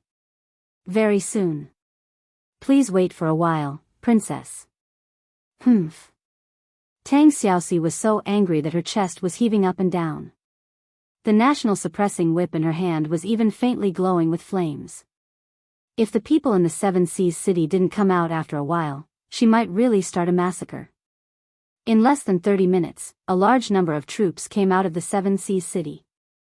The 8 gates opened at the same time, and tens of thousands of troops poured out. Most of them were spearmen and shield troops. After all, there were very few pastures in the Seven Seas City, so there were very few cavalrymen. In terms of the number of cavalrymen, the Seven Seas City was far less than the Sunset Rain City and the Lanyan City. Just when Tang Xiaoxi's patience was about to run out, a group of guards in golden armor came out of the fortress on horseback and surrounded a carriage with a canopy. Such a grand display must be the real owner. Tang Xiaoxi wasn't afraid.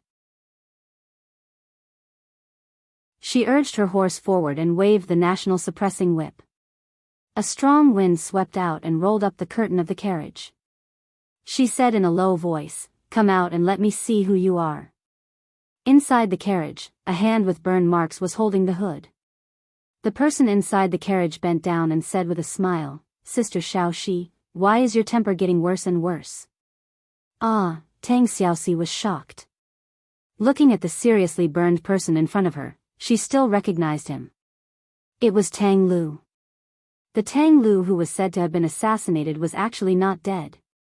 Tang Lu, weren't you assassinated? Tang Xiaoxi was stunned. There are always bad people who want to harm this young master. However, I'm lucky. They can't kill me. Tang Lu raised his eyebrows and smiled. His body was brimming with a kind of arrogant momentum. On the contrary, Tang Xiaoxi smiled. It's good that you're not dead. This means that the Tang family still has descendants. Grandfather should be very happy. Right, let's get down to business. Why did the Tang family refuse to communicate with Lanyan City through letters? What have you been doing in the Seven Seas province for the past month? Tang Lu sternly said, Grandfather ordered me to recruit and train soldiers. Now, the Seven Seas city already has 300,000 troops. There are so many demon spies in Lanyan City. Grandfather is worried that the strength of the Seven Seas city will be leaked, so he ordered me to cut off the communication with Lanyan City. Now that the demon race is invading, it's time for my Tang family to show our strength. At this time, another group of people emerged from the fortress. They were all vassals of the Tang family. They were also generals who held military power. From Chiliarch to captaincy, there were nearly 100 people. Zhou Chong and the others were among them. Strictly speaking, the true military power of the Tang family's 300,000 troops was in the hands of these people. Tang Lu was just gathering them together. Hua! Tang Xiaoxi raised her arm. The golden imperial edict unfolded in her palm and said, Tang family, hear the edict. Tang Lu, Lu Zhong, and the others were startled and knelt down one after another. Tang Xiaoxi clearly said, in accordance with heaven's virtue, the Emperor's imperial edict orders Tang Xiaoxi to accept all the troops of the Empire in the Seven Seas province. Once the troops have arrived, immediately head to the Cangnan province to await deployment. Those who disobey will be immediately beheaded. Tang Lu, who was bowing on the ground, actually laughed. He raised his head and said with a smile, Xiaoxi, does Her Highness want to hand over the Tang family's troops to you? That's right. But Tang Lu stood up and said, there are 300,000 troops in the Seven Seas province. Grandfather ordered me to gather the troops at the Seven Seas Pass before leaving. Only by gathering the troops can we resist the powerful demon army. After all, the Tang family's troops are grandfather's blood and sweat. Xiaoxi, you are also grandfather's grandson. You should be able to understand grandfather's painstaking efforts, right? You. Tang Xiaoxi was enraged from the bottom of her heart and said, when will the 300,000 troops be gathered? At least half a month, at most 2 months. It doesn't matter. Just wait a little longer. Tang Lu's face was full of smiles. Tang Xiaoxi's face was cold as she said, what if I order you to immediately send the troops to Cangnan province? Then forgive me for not obeying. Tang Lu's face was full of determination as he said, as a descendant of the Tang family, I must obey grandfather's edict. As long as grandfather's personal letter doesn't reach my hands for a day, I will not send troops to Cangnan province. Xiaoxi, if you are in a hurry, I can allocate you 500 cavalrymen and let you first go to Cangnan province to resist the enemy. How about it? Motherf *Ker. Tang Zhen had a fiery temper. He directly pulled out his sword and said angrily, Tang Lu, you have repeatedly disobeyed the edict. It seems that you have already made up your mind to commit treason when the demon race invades. Tang Zhen. Tang Lu said in a grim voice, in any case, you're a member of my Tang family, yet you actually can't distinguish between inside and outside. Don't forget that I'm your young master. Are you courting death by being so rude? Tang Zhen gnashed his teeth as he urged his horse forward and said to Tang Xiaoxi in a low voice, Princess Shi, the Tang family is going to rebel. Once we leave, so long as there's the slightest news of losing the battle from the front lines, that bastard Tang Lu will surely mobilize 300,000 troops to attack Lanyan City. So long as Lanyan City falls into their hands, then Lanyan City, Qihai City, and Cold Star City will be able to form a triangular formation and be in an invincible position. Tang Lu has planned well.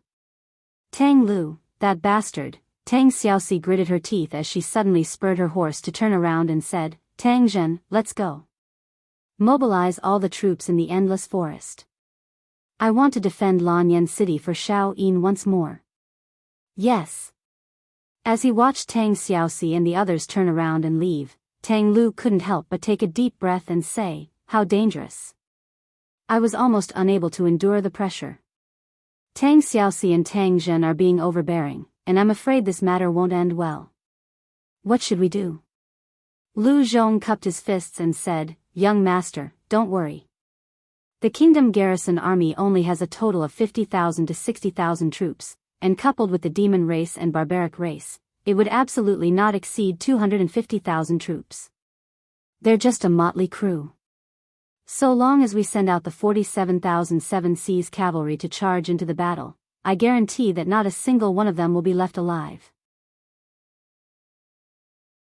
Not to mention we have the Seven Seas Pass, so there's utterly no need to go to war with them in the wilderness. What do you mean? Heh. Lu Zhong's eyes were filled with cunning as he said, the devil race has mobilized an entire 500,000 troops this time.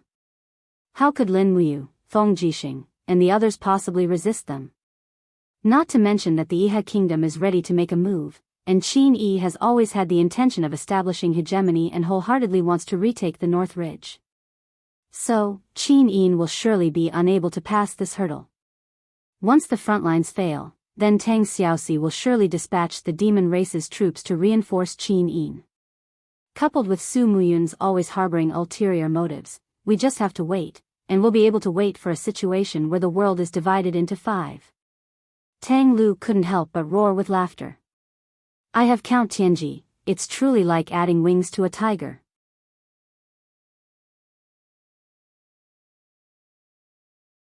Chapter 582. To the east of Lin Valley, the mountain range stretched for dozens of miles. The mountain path was extremely steep, and even the hunters who lived in the mountains for a long time did not dare to climb it easily. However, a group of thick-skinned armor demons had already appeared among the thorns. They waved their battle axes to clear a path, and the thousands of armor demons on the top of a small hill were all cut down in the blink of an eye. Whoosh whoosh, the sound of flapping wings came from the sky. It was the air transport army formed by the winged people. The winged people were thin and weak. Only the wings on their backs were very powerful, and their chests and abdomens were very thin.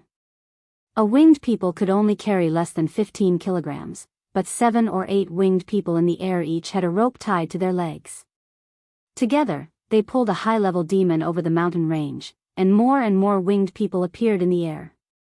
The Qianfeng army and the Thunder Rush army had a total of 70,000 winged people. It seemed that Qianfeng had taken a fancy to such a powerful air transport force. Not long after, the neighing of warhorses could be heard in the air. Some armor and weapons were also transported up by the winged people. Whoosh! A figure climbed up the cliff like a ghost and came to the mountain range as if he was walking on flat ground. A white cloak fluttered behind him, and his battle boots stepped on the fallen leaves as he walked west. It was Qianfeng. His eyes were filled with coldness as he looked straight at Lin Valley in the west. That was where his greatest enemy was stationed. In the forest, the high-level demons who had been dropped by the winged people all knelt down and cupped their fists. Greetings, Marshal. Rise. Qianfeng's gaze was unwavering as he looked to the west. How far are we from the Empire's army? In the crowd, Lian Xiao raised his head and said calmly, reporting to Marshal, Lin Valley is a rectangular valley. It is about 20 kilometers long and 5 kilometers wide. The army of the human empire is on the open land outside of the valley. According to the intelligence sent by the winged people, they have at least 300,000 soldiers gathered in the west of Lin Valley, waiting for us. 300,000? Qianfeng frowned and said, how many armor demons have entered Lin Valley? Less than 100,000. Order them to speed up the delivery. Pass down my order, occupy the mountain ranges on both sides of the Lin Valley and occupy the high ground. Once the humans launch an attack, we will attack from the mountain ranges on both sides. No matter how many people they have, they will all die. Yes. Lian Zhao nodded heavily, but then asked, Marshal, we have occupied the high ground, and the season has just warmed up. Once the humans attack with fire, the forest will catch fire, and I'm afraid we will lose. Don't worry. The snow on the ground is melting. The fire won't start in at least 5 days. However, within 5 days, our army of armored demons will be able to flatten the humans' position. Order the flying snakes to stay in the eastern valley. Don't act rashly until I give the order. Yes. On the west side of the Zhanglin Valley, the Empire's war flags fluttered in the wind. Xiang Yu's army was the vanguard. Hundreds of thousands of soldiers and horses had blocked off the entire west exit of the Zhanglin Valley. Everyone was busy digging traps, setting up antlers and other defensive structures. Xiang Yu carried his long spear and walked among the crowd, his brows furrowed. The group of Tang family soldiers behind him did not look too good. Military intelligence had arrived in the morning. The demonic tribe had appeared in the Zhanglin Valley. This battle was imminent. In the history of the Empire, no army had ever won a head-on battle with the demonic tribe. Marquis, look over there. A captaincy suddenly pointed at the forest in the distance. There, a group of people nimbly traversed through the forest, as if the difficult terrain did not hinder them. Moreover, this group of generals all wore the golden dragon insignia of the Longdan army camp, reflecting dazzling light under the sun. Is that Lin Muyu, Wei Chou, and the others? Xiang Yu asked. What are they doing there? Probably to survey the terrain. Interesting, Xiang Yu smiled slightly. Is the black beech oil ready on the 2 sides of the mountain? Yes. As long as the demonic tribe dares to station their troops on the high ground, I guarantee that even their mothers won't recognize them. Heh, that's good. In the forest, Lin Muyu led a dozen or so Longdan army camp generals of high cultivation to survey the terrain. Everyone leaped, bent, or climbed in the forest like agile apes. Not long after, they could see the figures of the armor demons in the valley in the distance. Swoosh! Lin Muyu leaped and landed on a huge rock that was several meters high. Looking into the distance, she frowned and said, Is Qianfeng really planning to fight the Empire's army in the Zhanglin Valley? What's wrong, Your Excellency? Isn't this normal? Wei Chou asked. Lin Muyu said, It's true that we are no match for the demonic tribe in terms of positional warfare, but who do you think Xiang Yu is? I'm sure he has already prepared a trap. Even if Qianfeng can defeat Xiang Yu's army, I'm afraid he will suffer heavy losses. The Qianfeng I know would never do such a stupid thing. Situ Sun gripped his longsword tightly and said, Your Excellency, we are bringing up the rear anyway. There's no need to survey the terrain. It's best if Xiang Yu's army is defeated. In any case, his troops are all Tangland's trusted subordinates. We won't feel bad at all. With Xiang Yu's defeat, we are destined to suffer a crushing defeat from the demonic tribe. Lin Muyu took a deep breath and said, How are the preparations for our demonic crystal cannons? They have all gone ashore and hidden in the dense forest. They won't be discovered for the time being. Order them to be on standby and await orders. Yes. When night fell, at the pass of Sword Pavilion, the dozens of meter-tall walls of the fortress looked extremely majestic. The armored soldiers were like a forest, and the flag of the Iha Empire fluttered in the wind. On a small path to the north of Sword Pavilion, a man in a gray robe rode over. The warhorse he was riding was extremely handsome and had streaks of green fur on its body. It didn't look like a warhorse of the Central Plains. He came straight to the fortress before stopping his warhorse. He raised his head and said, Sir on the wall, please inform Marshal Ji Yao that an old friend has come to visit. On the wall, one of the guards couldn't help but laugh. Just anyone dares to come and ask to see our marshal? You should go. The marshal is busy with military affairs and has no time to see an idle person like you. The man below the wall laughed and suddenly raised his hand. A shining object flew through the wind and shot into the stone wall beside the general with a clang. Half of it was exposed outside. It was a magic crystal coin. If he had wanted to kill the general, he would have been a corpse by now. Sir, this is a greeting gift. Please pass on the message for me. This. The general took out the magic crystal coin with lingering fear. He knew that the only place that used magic crystal coins on the continent was the demon race. Not long after, the gate of the fortress opened and the visitor was welcomed in. He had been hiding his face under the cloak the whole time and just followed the soldier into Ji Yao's residence. The candlelight on the wall reflected a faint bloody light. Ji Yao raised one hand and said, "You can all leave.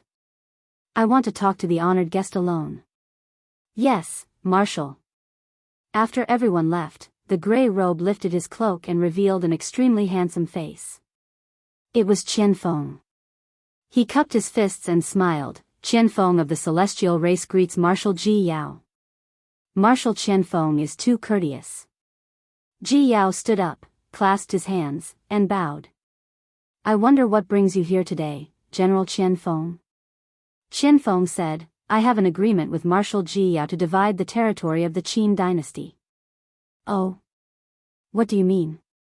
"The celestial race is about to fight with the Empire. Although we can defeat the Empire with our army, we will also suffer great losses." "So?" Qian Feng's lips curled up, "So I boldly ask for Marshal's help. 3 days later, the celestial race will launch an attack in Sanglin Valley. As long as Marshal sends 100,000 people out of Sword Pavilion to attack the flank of the Empire's army from the south of Sanglin Valley, we will definitely defeat the Empire's army. At that time, the celestial race will take Heaven's Pivot Province and the rich Tsangnan Province will be given to Marshal. What do you think?" The celestial race is really willing to form an alliance with the Han nation? Ji Yao suppressed his excitement. "Why not?" Qian Feng smiled. "A gentleman's word is as good as a whip on a fast horse.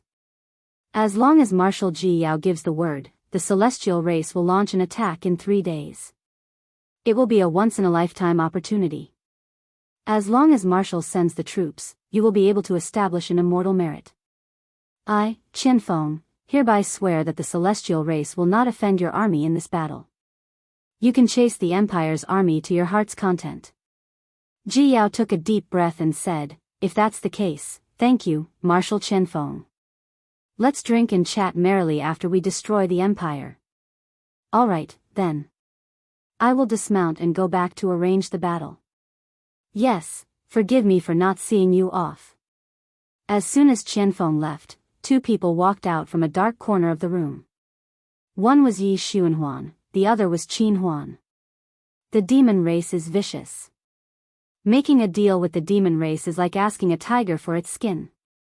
Qin Huan clenched his fists and said, "Perhaps Qian Feng has already forgotten how he massacred hundreds of thousands of Han nation citizens under the steel walls."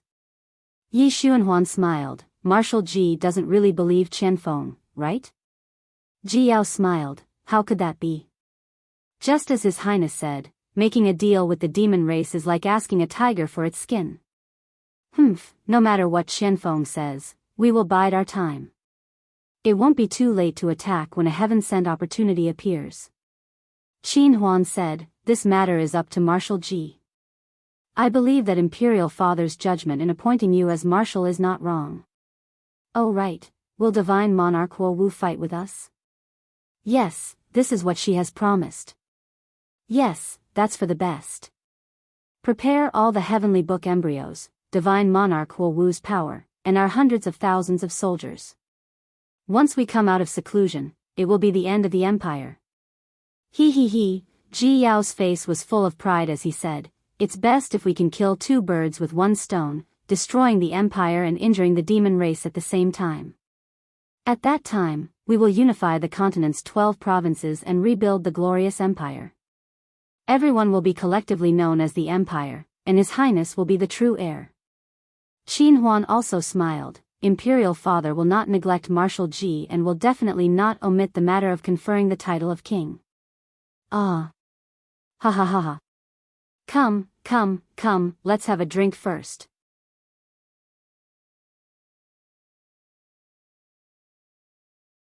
Chapter 583.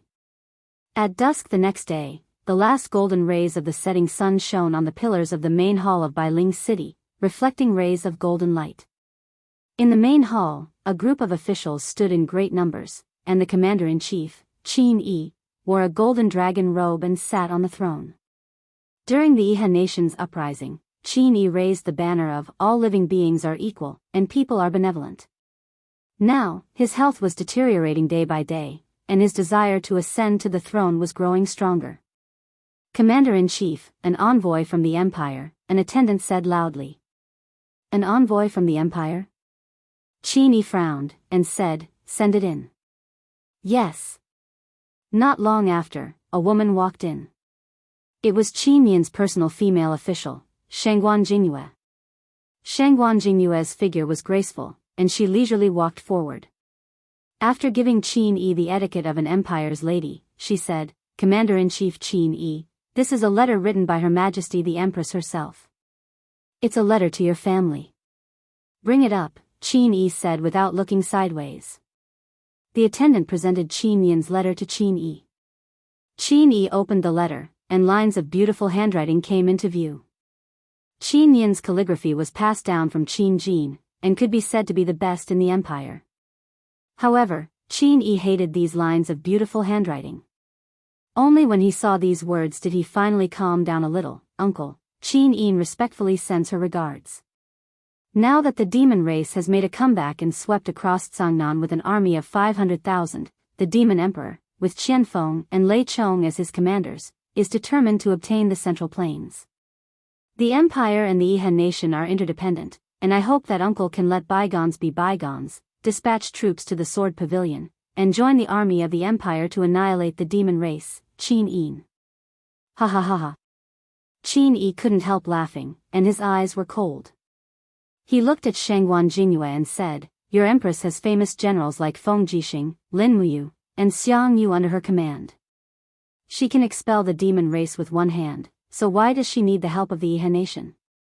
Shangguan Jingyue said respectfully, Commander-in-Chief, the demon race is powerful, and cannot be resisted by a nation. Her Majesty said that as long as you are willing to dispatch troops to assist the empire, and the demon race retreats, Her Majesty is willing to cede Lingdong Province and Tongtian Province to the Iha nation. Qin Yi, does this little girl think I'm stupid? Qin Yi narrowed his eyes and smiled. These two provinces are meat in the mouths of the demon race. No one can eat them.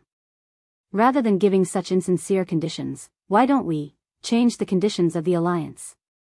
Oh. What does the Iha nation want? Qin Yi said, I can send troops from the Iha nation, but their military strength is very limited.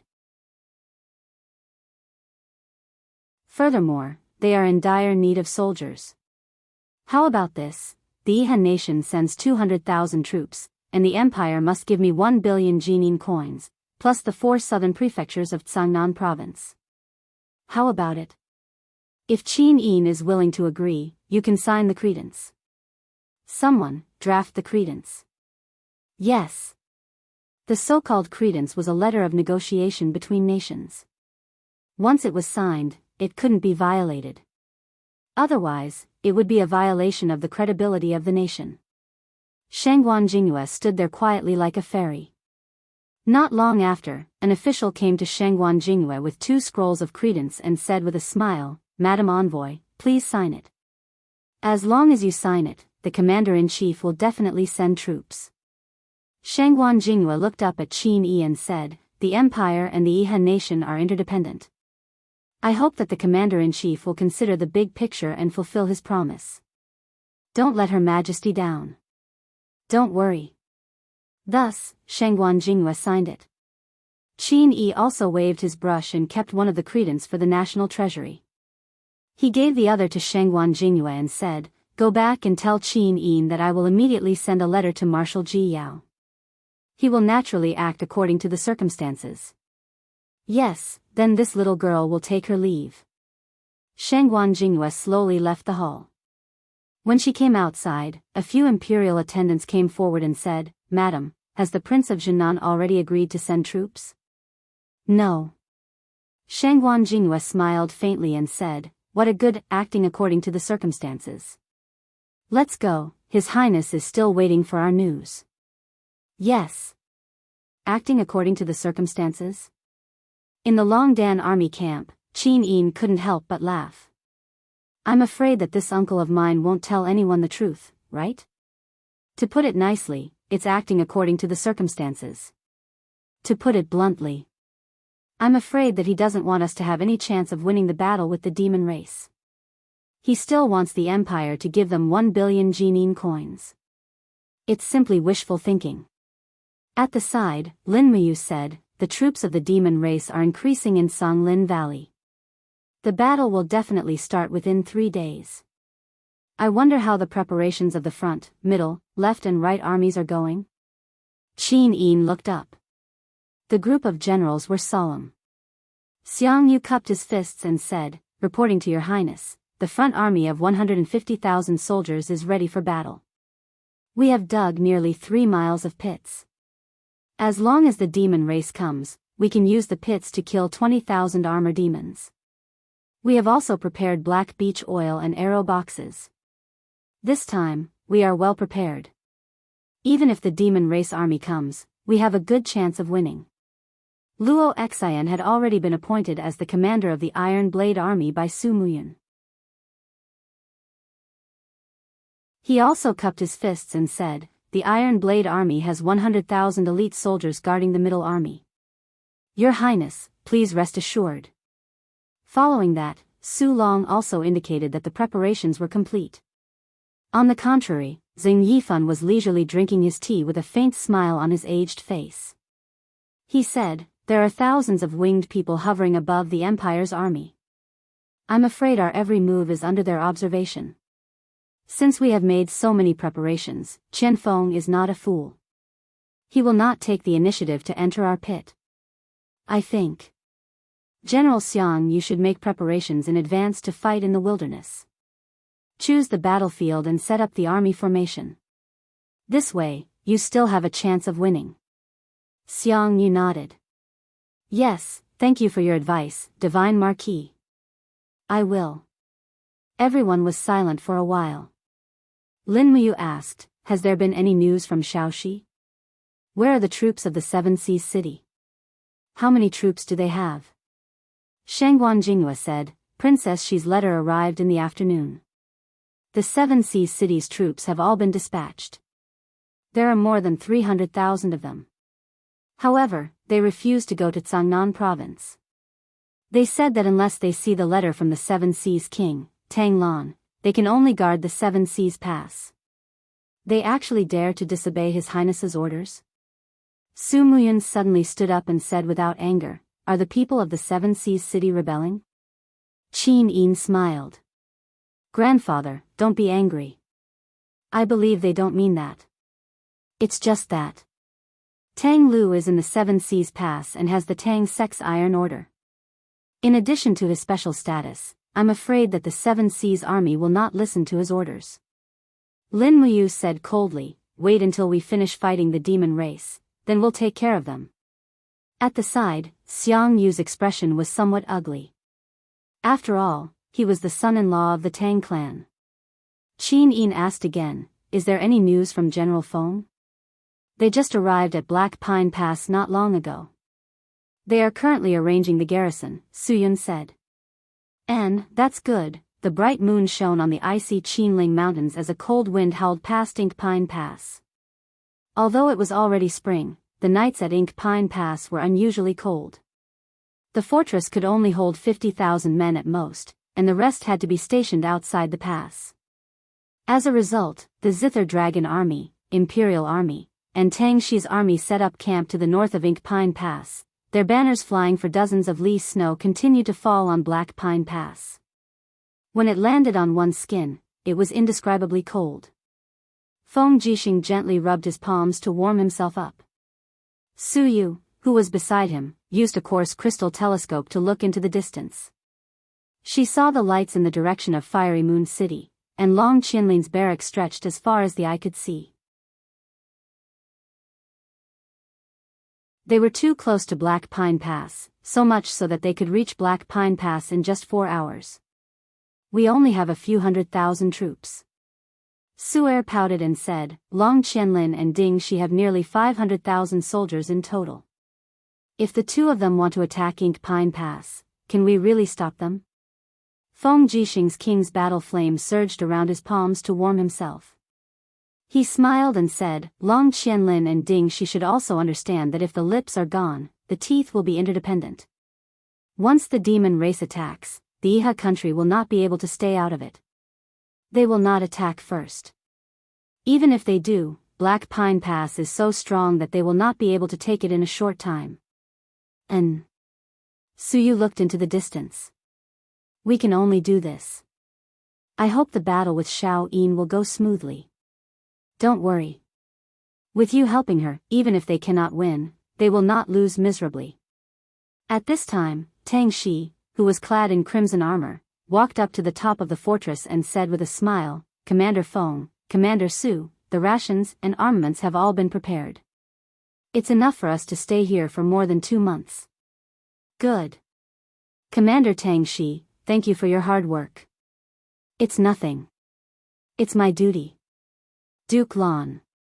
Oh no, His Highness the Seven Seas King is already resting.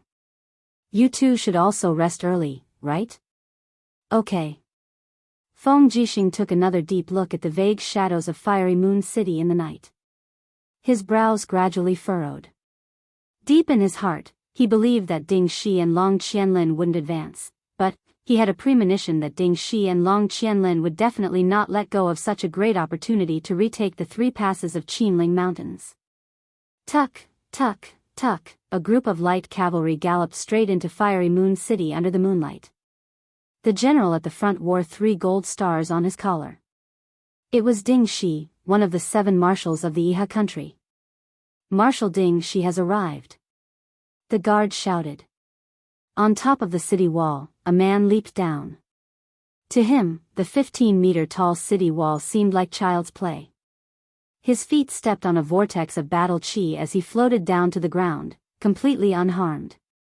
It was Long Qianlin, who was inspecting the military situation outside the city. He stepped forward and smiled, Marshal Ding Shi, why have you come so late at night? Ding Shi's expression was ashen. Marshal Long, this general has brought a personal letter from the commander-in-chief. It's for the 2 of us. Oh. What news does the commander-in-chief have? He ordered me to attack Ink Pine Pass on the 1st of February. I must retake the 3 passes within 15 days and then send troops north to conquer the entire Earth Star province within 10 days. What? Long Qianlin was astonished. Did I hear wrongly? We're going to declare war on the Empire when the demonic army is invading? Ding Shi slapped the letter into his hand. The commander-in-chief's letter is here. Do as you see fit. The 1st of February is tomorrow, and we don't have much time. If we decide to go to war tomorrow, we must assemble the rations and armaments by tonight. Long Qianlin frowned. We just received a report that Ink Pine Pass is garrisoned with close to 180,000 men under Feng Jixing's command. I'm afraid, it won't be easy to take the 3 passes from Feng Jixing's hands, will it? Ding Shi smiled with a hint of mockery. Marshal Ding, what do you mean by this? What are you smiling about? Long Qianlin's heart was pounding. Ding Shi drank a mouthful of wine from his water skin and glanced at him. Who are you, Long Qianlin? Is there anyone in the Iha country who knows how to use troops better than you? No matter how powerful Feng Jixing is, he can only guard 1 pass because he can't split himself. As for the other 2, you don't need me to remind you, do you? Long Qianlin laughed. Marshal Ding lives up to his reputation.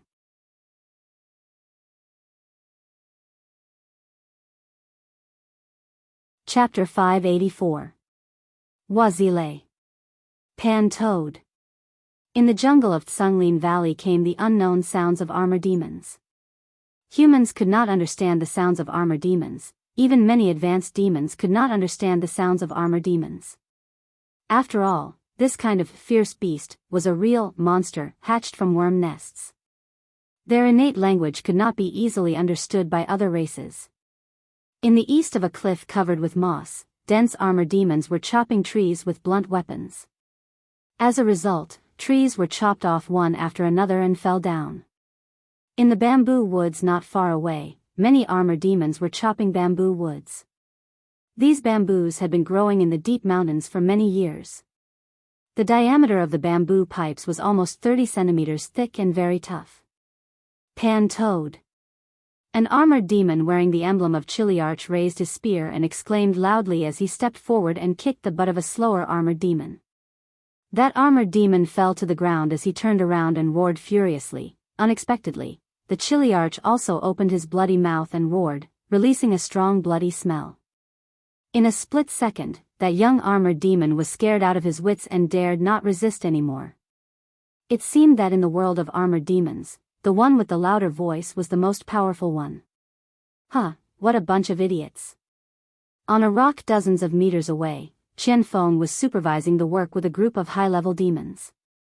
On one side, Lei Chong was also standing with some captaincy-level armor demons with his battle hammer. After hearing Qian Feng's words, Lei Chong was a bit displeased. He turned around and said in a non-standard language of Broken Cauldron Realm, "Marshal Qian Feng, armor demons are working very hard. Don't tease them anymore. Don't forget that the Armor Demon Corps is the forerunner of the God Clan's attack. If we unify the continent, the Armor Demon Corps will make a great contribution." Smiling, Qian Feng cupped his fists and said, "I'm sorry, General Lei Chong. I didn't mean to disrespect you. However, the intelligence of the armor demons is indeed very low. There are very few generals like General Lei Chong who are good at both the pen and the sword." Lei Chong felt embarrassed to be angry. He said in a hoarse voice, "Marshal, can you tell me why you ordered the soldiers to cut down the woods? His Majesty has ordered us to fight the enemy side by side. You shouldn't hide it from me." Well, Qian Feng thought for a moment and said, "The giant trees on the east side of Songlin Valley are all over 100 years old. They are tens of meters long and are extremely sturdy. I plan to use these giant trees to avoid the traps dug by the humans. After all, the humans are too cunning. There is no way they wouldn't set up an ambush along our route. What about the bamboo?" I haven't thought about it yet. If Marshal Lei Chong is free, please dispatch another armored demon army to collect the weeds in the valley for me. I need them. Ong? Lei Chong was confused. "Marshal, I can understand using trees to block the humans' traps, but what's the use of weeds? Do you think we can use weeds to destroy the Empire's army?" Qian Feng groaned inwardly. He didn't want to reveal military secrets, but Lei Chong's status was too high. He had to find a way to fool him. So he smiled and said, "Recently, some armor demons have become vegetarians. They don't eat meat, they eat grass." "Oh, I see. I'll do it right away." Lei Chong felt relieved. He turned around and walked only a few steps before he felt that something was wrong. However, he simply ignored it. Before leaving, the versatile demon emperor had ordered him to fight side by side with Qian Feng this time. He only needed to be the vanguard and should not intervene in the strategy. In fact, Lei Chong despised Qian Feng, who was full of evil tricks, very much. He thought that Qian Feng was so bad that he didn't deserve to be a member of the Protoss. Therefore, in the valley on the east side of Songlin Valley, tens of thousands of armor demons worked in full swing. The trees and bamboo groves were razed to the ground in a blink of an eye. The branches and leaves of the giant trees were cut off and piled up in the demon camp. All the bamboos were sent to the camp of the advanced demons for processing. In the blink of an eye, it was already afternoon. The warm sun of early spring shone on the earth, giving people a sense of laziness. As a result, many patrolling soldiers outside the imperial camp fell asleep on the rocks with their spears in their arms. They were too tired.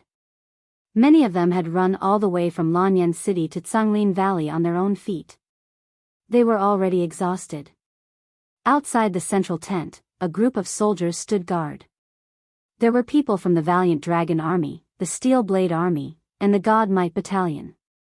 Inside the tent, purple smoke slowly rose from the incense burner and lingered in the tent for a long time.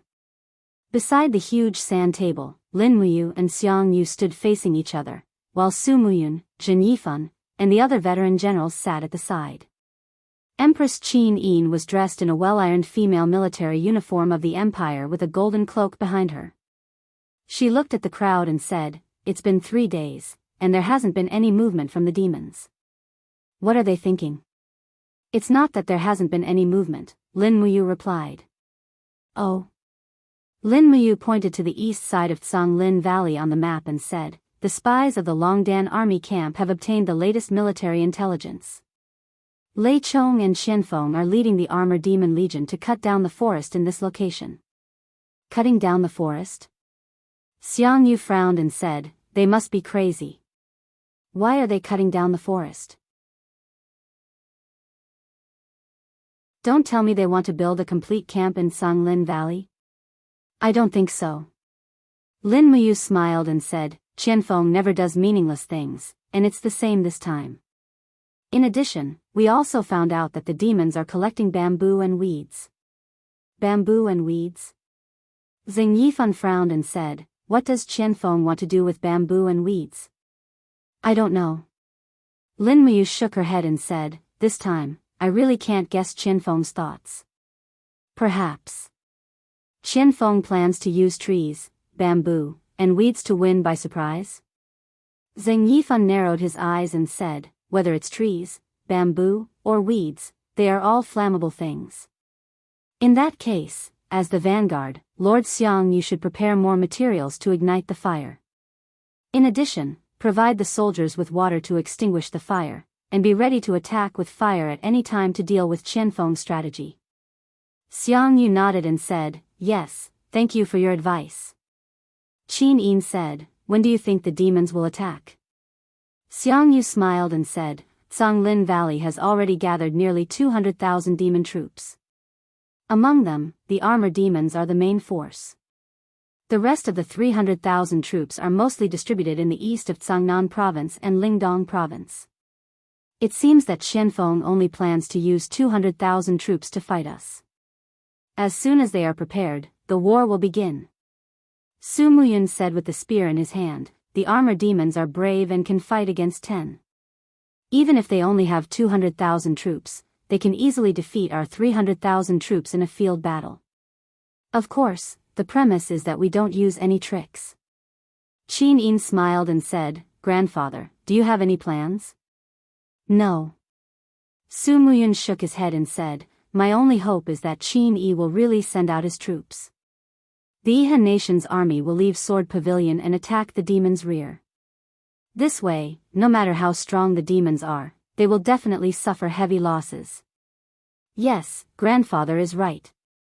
Qin Yi nodded and said, "I also hope so, but this hope is too slim. How could Qin Yi, that old fox, let his trump-card troops participate in this unnecessary war?" At the side, Xiang Yu cupped his fists and said, "Your Highness, please rest assured. This subordinate will definitely defend the position well. No matter how strong the demons are, we will not give in an inch. Marquis Pingnan has worked hard."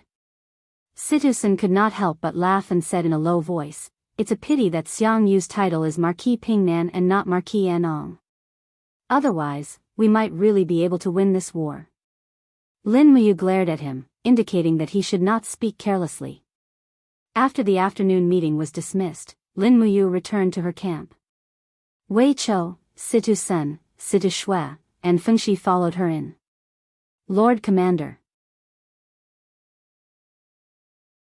Wei Chou cupped his fists and said, "According to my observations, the demon clan's camp has already accumulated a large number of trees. These trees are dozens of meters long, and should be used to fill the pit dug by Xiang Yu. The supplies are already sufficient, and the demon clan's large-scale attack will only take a day or two. We should make arrangements early. This is the reason why I called you all over." Lin Muyu spread out the map on the table and said, "The terrain outside of Lin Valley is very rugged and not conducive to retreat. I think, Wei Chou, you have brought people to investigate. Does this terrain have a name?" "There is no name." This valley is mostly made up of rocks and there is little soil. It is impossible to grow crops, so the locals do not come here at all. At most, it is a few hunters who come here to hunt. Why, has the commander taken a fancy to this land? Yes. Lin Muyu smiled slightly. There are two ways to retreat from Songlin Valley. One is the main road, going straight to the Unicorn Forest, and the other is this unknown valley. Wei Chou, you make the arrangements. You must set up our 100 magic crystal cannons on both sides of this valley within 3 days. Yes. On the other hand, Sita Shui, who was standing to the side, was taken aback for a moment, her beautiful eyes filled with doubt. Commander, this valley is at least 20 kilometers away from the Songlin Valley. If we set up the magic crystal cannons here, may I ask what use they have? Situsen took a deep breath and said, Commander, do you think Xiang Yu, Su Long, Luo Xian, and the others will be defeated? I don't know. Lin Muyu shook her head, but the task of the Longdan army camp this time is to bring up the rear. I must be fully prepared. Set up all our magic crystal cannons here. Once the Imperial army is defeated, someone must be here to stop the iron hooves of the Armor Demon Legion. Yes. Wei Chou's eyes were burning like flames. He said with a smile, I believe in Commander on the strategic matters. Lin Muyu took a deep breath and said, Wei Chou, come closer. There is one more thing I want to tell you in secret. Yes, madam. Wei Chou moved forward, and after Lin Muyu whispered a few words in his ear, Wei Chou's face suddenly became livid, and then filled with excitement and joy. He cupped his fist and said, Don't worry, madam. This subordinate will definitely do a good job. All right. Lin Muyu said with a smile, Wei Chou, go secretly deploy the magic crystal cannons. General Shui, go prepare the cavalry regiment of the Longdan army camp. Situ Sen, Fengshi, you two control the 50,000 elites of the Longdan army camp. Set up the camp here, and wait for the demons to attack. Pa. The knuckles of her index finger heavily tapped on the map on the table.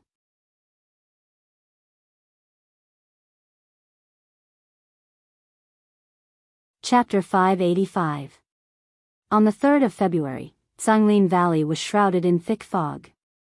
There was no wind this morning and the fog floated in the valley like clouds. One could only see 20 meters away. Damn it, how are we going to fight in such a thick fog? At the front of Xiang Yu's army, a centurion of the Tang family grumbled as he sat on the mud wall. Don't be impatient. The veteran at the side twisted the cork of the water bottle and drank a mouthful of strong alcohol. We can't see it, and neither can the demon race. The centurion furrowed his brows. I am the army of the Seven Seas City's Tang clan. Why should we be on the front lines? Everyone knows that once the demons attack, we will immediately be crushed into meat paste. No matter the outcome of this battle, we are destined to die. Old donkey, why aren't you panicking? Panicking?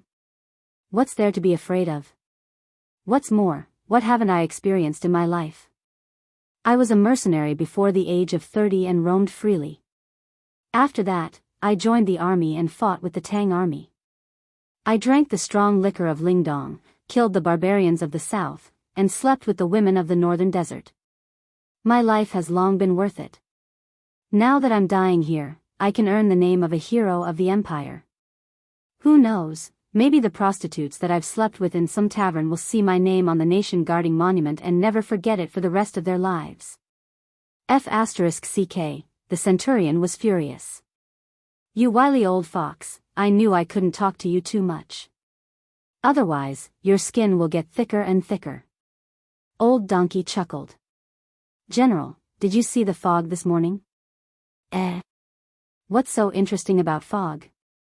Sigh, you might not know this, but fog is also a form of knowledge.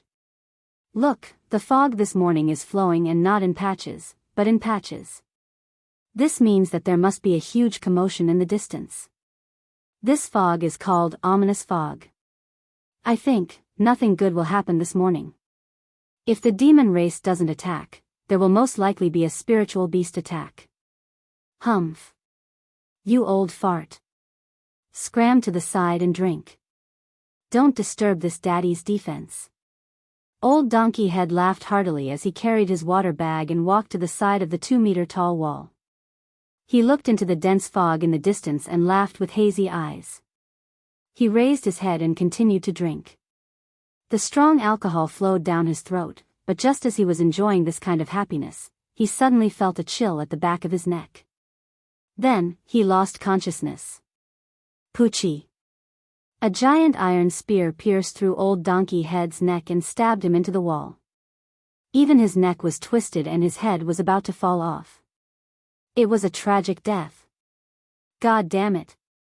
The centurion's face was filled with anger.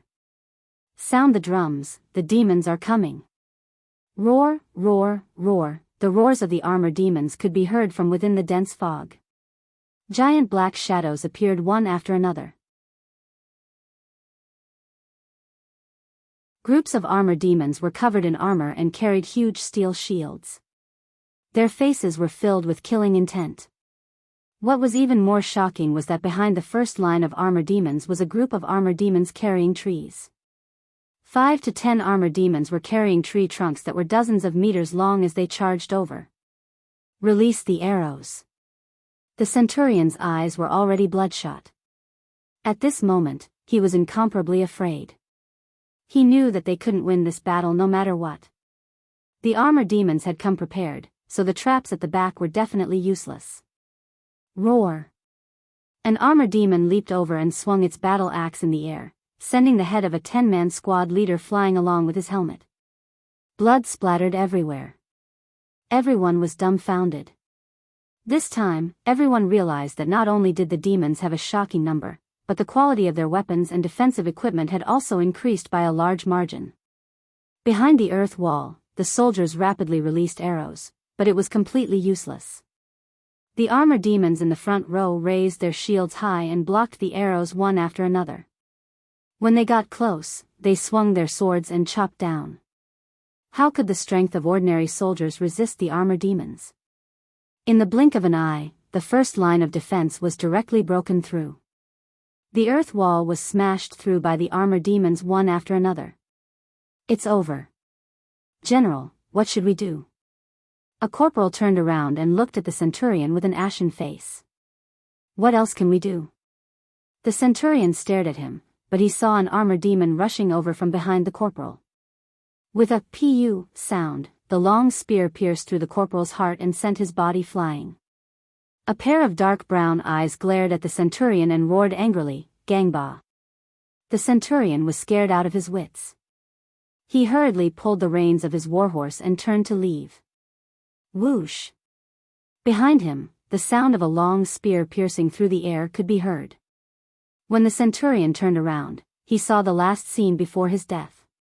The long spear pierced through his abdomen and directly threw him off the horse's back. It was extremely tragic. Dong, dong, dong, the sound of war drums came from the fog, but no one could see clearly.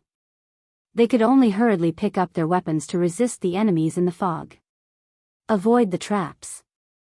Avoid the traps. A messenger with a purple flag on his back rode through the crowd on his horse and ordered loudly, "Pass the Marquis's military order, hold the position, avoid the traps, and lead the demons into the traps." At this time, everyone had calmed down a little, but the continuous screams of the human soldiers in the fog in the distance were too frightening. This calmness was replaced by fear in the blink of an eye. Behind the trap formation, through the fog and clouds, the main force of Xiang Yu's army had been lined up in a neat formation. The shield bearers and spear bearers were crisscrossing in defense. Behind them were densely packed arrow boxes, ballistae, and archers. Further behind them was the heaven and earth battle formation of 50,000 soldiers formed by Xiang Yu. The ground was covered with flags, looking very dignified. Under the commander's flag on the west side of the heaven and earth battle formation, Qin Yin, Lin Muyu, Xiang Yu, and others were riding on warhorses. However, they couldn't see the battle in the distance and could only worry. Can the 5-mile trap really stop the armored demons of the demon clan? Su Long asked. No. Narrowing his eyes, Xiang Yu shook his head and said, "But it can dampen the spirits of the demons." Qin Yin's spiritual mind was very sharp. She could faintly hear the desperate screams of the soldiers of the Empire before they died in the distance. She felt very uncomfortable, but this was war and everything she had to face. Soon after, a messenger galloped over and cupped his hands, saying, "Marquis, the armor demons are using the long giant trees to push forward and use the giant trees as bridges over the traps. They are already halfway into the traps." "Is that really the case?" Xiang Yu clenched his fists and said, "It seems that this is indeed a bloody battle. We can only see the outcome of the battle in terms of position." Beside him, Zhen Yifan was stunned and said, "Didn't Marquis Ping Nan pour black beech oil into the traps?" "If he poured black beech oil and launched it with fire arrows, the front position would immediately turn into a sea of fire. No matter how many armor demons came, they would all die." Xiang Yu shook his head, "There are only swords in the traps, not black beech oil." "You!" Zhen Yifan was so angry that his face turned pale. He knew that Xiang Yu was well versed in the art of war. If he didn't pour black beech oil, it could only be because he didn't want to use this method to stop the demons. Hearing this, Lin Muyu frowned and asked, "I wonder how General Xiang Yu plans to repel the enemy?" "It's very simple." Xiang Yu pointed forward and said with a smile, "A large amount of black beech oil has been poured into the last trap. As long as the main force of the armor demons comes over, we will launch an attack and push all of them into the black beech oil. I've prepared 10,000 giant ballistae for the demons." Giant ballistae were a new type of weapon developed by the Department of War's Weapons Department. It was a type of weapon that could launch giant ballistae. Lin Muyu looked over carefully. Indeed, there were many giant ballistae in Xiang Yu's battle formation. He had practically gathered all the ballistae in the army together. With the impact of the ballistae, even the armor demons would find it hard to withstand. If it was really like this, perhaps they could indeed win by a surprise move. Furthermore, with the misty weather today, the winged people in the air were similarly unable to see the situation in the human camp clearly. Perhaps Qianfeng would fall for it too. But right at this time, a sharp whistle suddenly came from the air. "What is it?" Lin Muyu hurriedly pulled out the stellar sword and looked up at the sky. Wei Chou, Situ Sen, and the rest also unsheathed their weapons one after another, while Qin Yan raised his spear and led a group of imperial guards to guard Qin Yin's surroundings. "It's the winged people," Wei Chou said loudly. "Get ready. Aim at the sky and fire 10,000 arrows at once." Su Muyun shouted in a low voice. "No." Zhen Yifan waved his hand and said, "The winged people's cries are at least 500 meters away from us. This kind of distance can't harm them at all and will only throw them into confusion. Wait, let's see what the winged people are trying to do." Right at this time, there was a sudden buzz in the air. A black shadow descended from the sky and landed straight into Xiang Yu's 50,000-man universe battle formation. Bam! Bamboo pieces and wild grass splattered everywhere. This pitch-black object actually contained an armor demon carrying a long saber. After stepping out of the protective circle, it roared angrily and stabbed the long saber into the chest of an Empire soldier. Blood splattered everywhere. It abruptly swung its weapon and split the soldier into two. The long saber rapidly slashed at several others. My God, Qin Yin's heart trembled as she watched. Now, she finally understood why Qianfeng chopped down the bamboo and collected the wild grass. He chopped down the bamboo to make bamboo cages, while the wild grass was used to fill the bamboo cages to reduce the impact of the armor demons landing. These armor demons were transported by the winged people army and dropped directly from the sky. This kind of tactic could only be used by the demon race. Swoosh, swoosh, swoosh, countless armor demons fell from the sky like it was raining.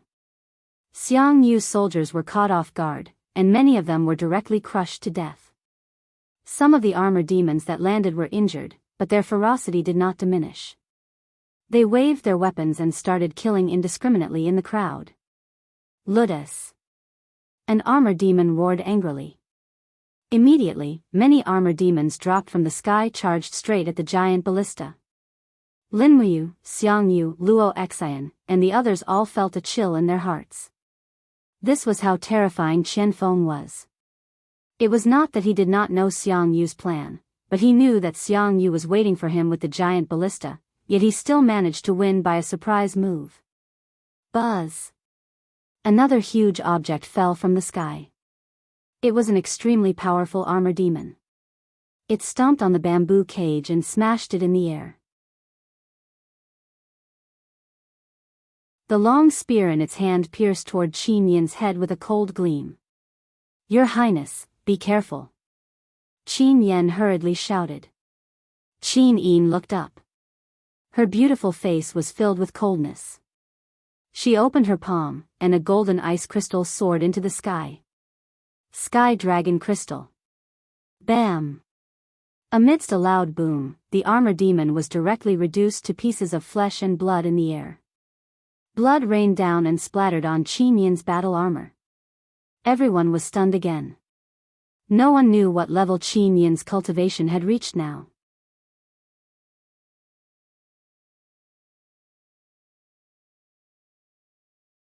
Chapter 586. Xiang Yu, are you not going to ignite the ebony oil in the last pit? Lin Muyu could not help but ask as she watched the armor demons falling like rain and the soldiers howling miserably. Xiang Yu's face was very pale. He was already in a panic and asked, "Is there any use?" Qianfeng actually played such a trick.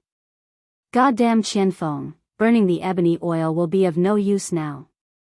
Tens of thousands of armor demons will fall from the sky and tear apart our defense. Bullsh *T. Lin Muyu scolded angrily and said in a low voice, "Are you King stupid? The armor demons weigh at least 400 kilograms. A winged person can at most carry 15 kilograms. They need at least 10 winged person to airdrop one armor demon. The demon race only has 70,000 winged person in total. This time, they can airdrop less than 10,000 armor demons. Don't tell me your 100,000 men can't stop 10,000 armor demons? Fire, quick!" Xiang Yu was immediately enlightened by Lin Muyu's scolding.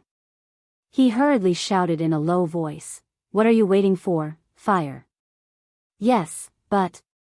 A Tang family captaincy said with a pale face, "But Marquis, we still have close to 50,000 brothers at the front.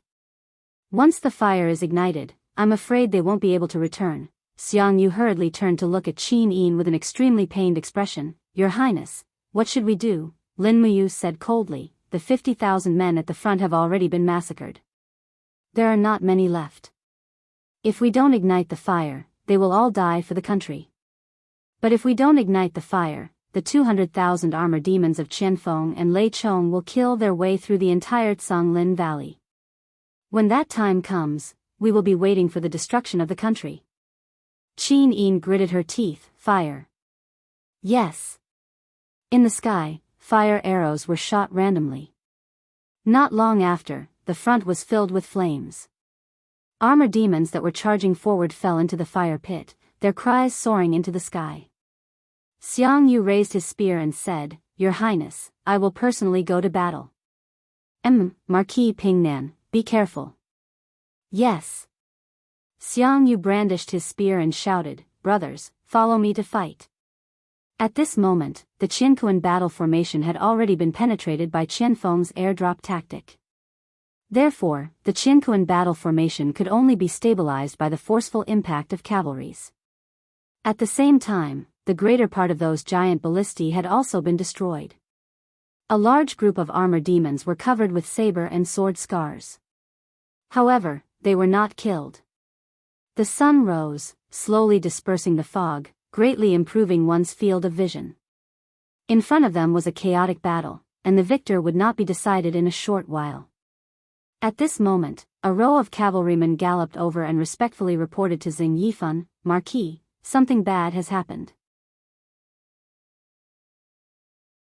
A large number of armor demons have appeared on the south side of Canglin Valley and are launching an attack on our right army."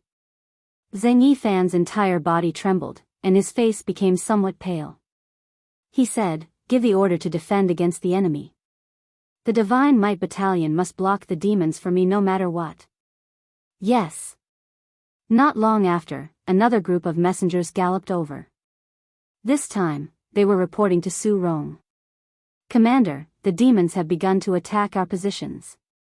What should we do? Defend against the enemy. Su Rong held his long saber and said, arrow boxes, ballistae, use everything that can be used. Even if the entire army is annihilated, we must block the demons' attack. Yes. Commander Yu, why aren't you saying anything? Zheng Yifan suddenly asked. Lin Muyu rode on the snow-treading warhorse and held the stellar sword in her hand. She smiled bitterly and said, we're in a passive situation. What else can we say? Now, we can only hope that the front, left, and right armies can withstand the attack of the demon race. Su Rong looked at Lin Muyu with undisguised sarcasm in his eyes.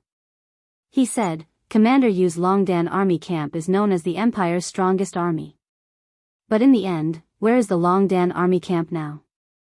Aren't our brothers fighting a bloody battle? Is that so? Lin Muyu looked at him coldly. Su Rong, remember this clearly. You are the Empire's commander. You are fighting for the Empire, not for me. Where were you when the Longdan army camp was fighting a bloody battle? Zheng Yifan tried to smooth things over.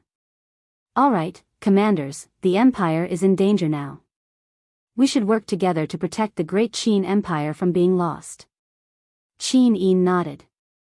Yes, Wei Chou, Situ Sen, Situ Shui. Lin Muyu held the star's sword and said in a low voice, let's go. Bring the 1st Battalion's 2,000 soldiers and follow me. We are going to Su Rong's position to help defend against the enemy. Yes. Lin Muyu saluted Qin Yin and said, Shao Yin, I am going to help. Be careful. Yes. Amidst the sound of hooves, Lin Muyu led the 2,000 elites of the Longdan army camp to leave the central army and went straight to the left army where Su Rong's position was. The position was located to the north of Tsunglin Valley. When Lin Muyu and the others arrived, it was already a chaotic battle. A large number of armor demons broke through the Muyu City Army's shield formation and were wantonly slaughtering the spear formation and bow formation. It's over, it's over. A chiliarch of Muyu City looked at the destroyed position and the countless soldiers who died tragically on the ground. He couldn't help but kneel on the ground with tears streaming down his face. He cried, the Empire is finished, the Empire is finished. A group of soldiers fought and retreated. Even more people had already begun to collapse. They picked up their weapons and ran away wantonly.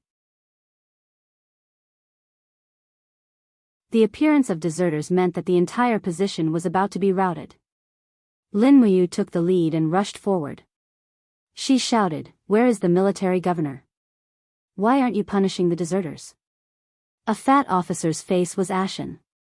He was trembling in fear from the demon's attack. He said, Commander Yu, we really have no choice. It's Lei Chong. Lei Chong, the god of death, personally led countless armor demons to attack our battle formation. We can't do anything. None of the people who died had a complete corpse. Execute the military law immediately. Anyone who deserts will be executed. Yes, Lin Muyu raised the stellar sword and said in a low voice, Longdan army camp, follow me.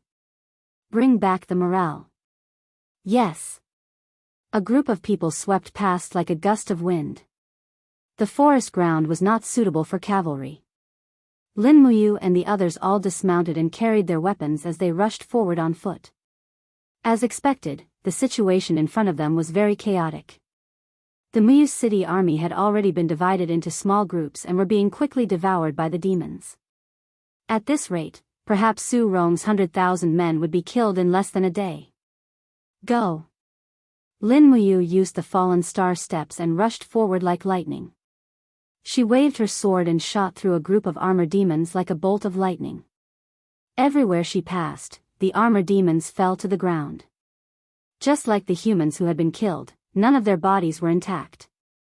Most of them were beheaded by Lin Muyu. The golden light of the god-binding chain surrounded the stellar sword, making it even more indestructible.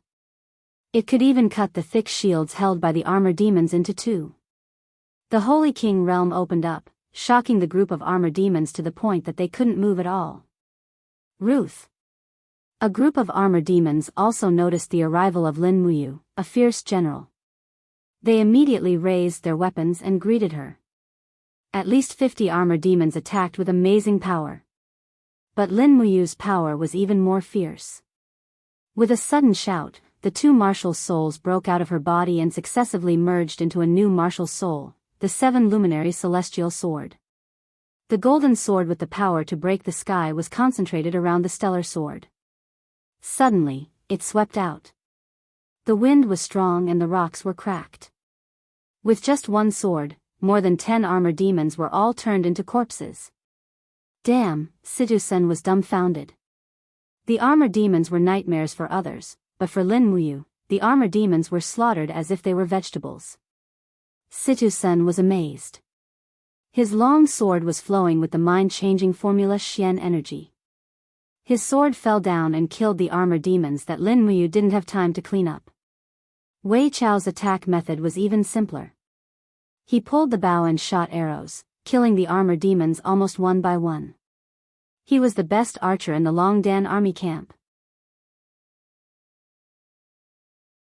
With the sharpness of the white diamond arrow, every arrow was aimed at the throat.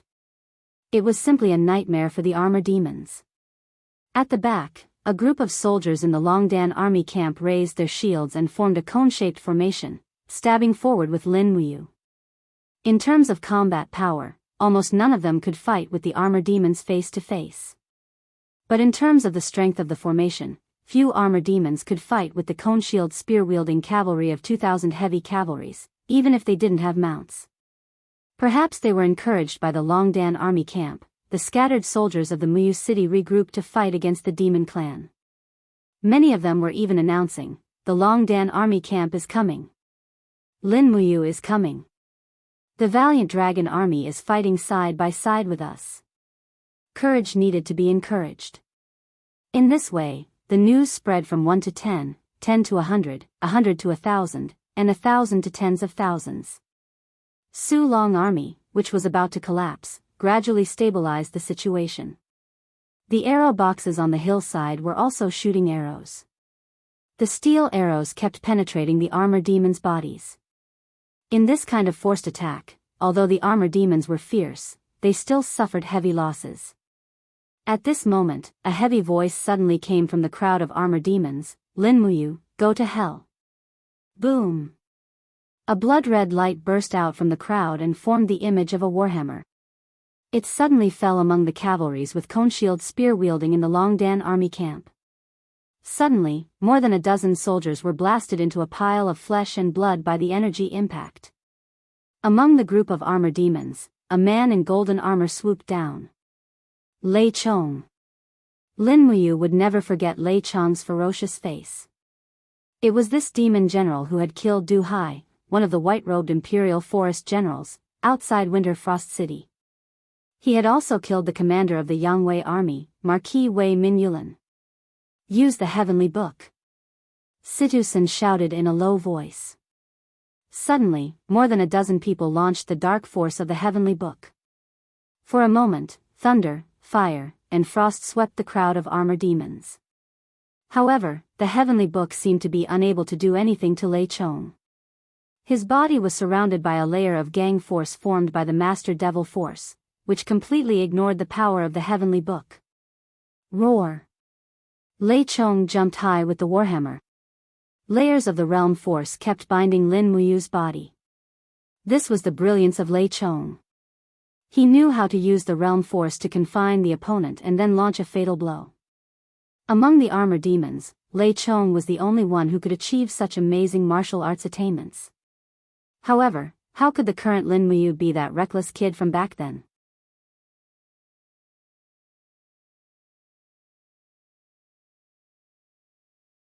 Chapter 587. Lei Chong's hammer was very powerful, but Lin Muyu just wanted to see how far Lei Chong's cultivation had advanced. With a low roar, her twin martial souls quickly separated and merged into the seven luminary celestial sword.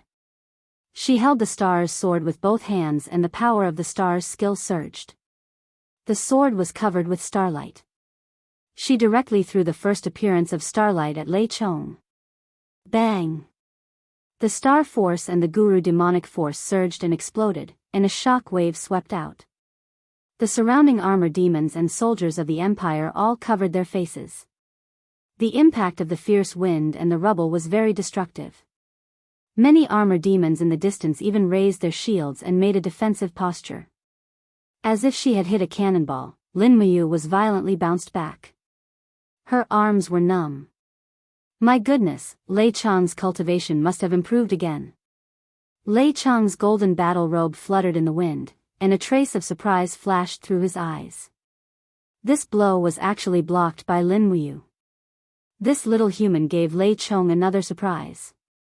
Roar! Lei Chong swept the entire demon tribe with his war hammer. Even Qianfeng was somewhat afraid of him, let alone this little human in front of him. With a roar, Lei Chong's guru demonic force surged.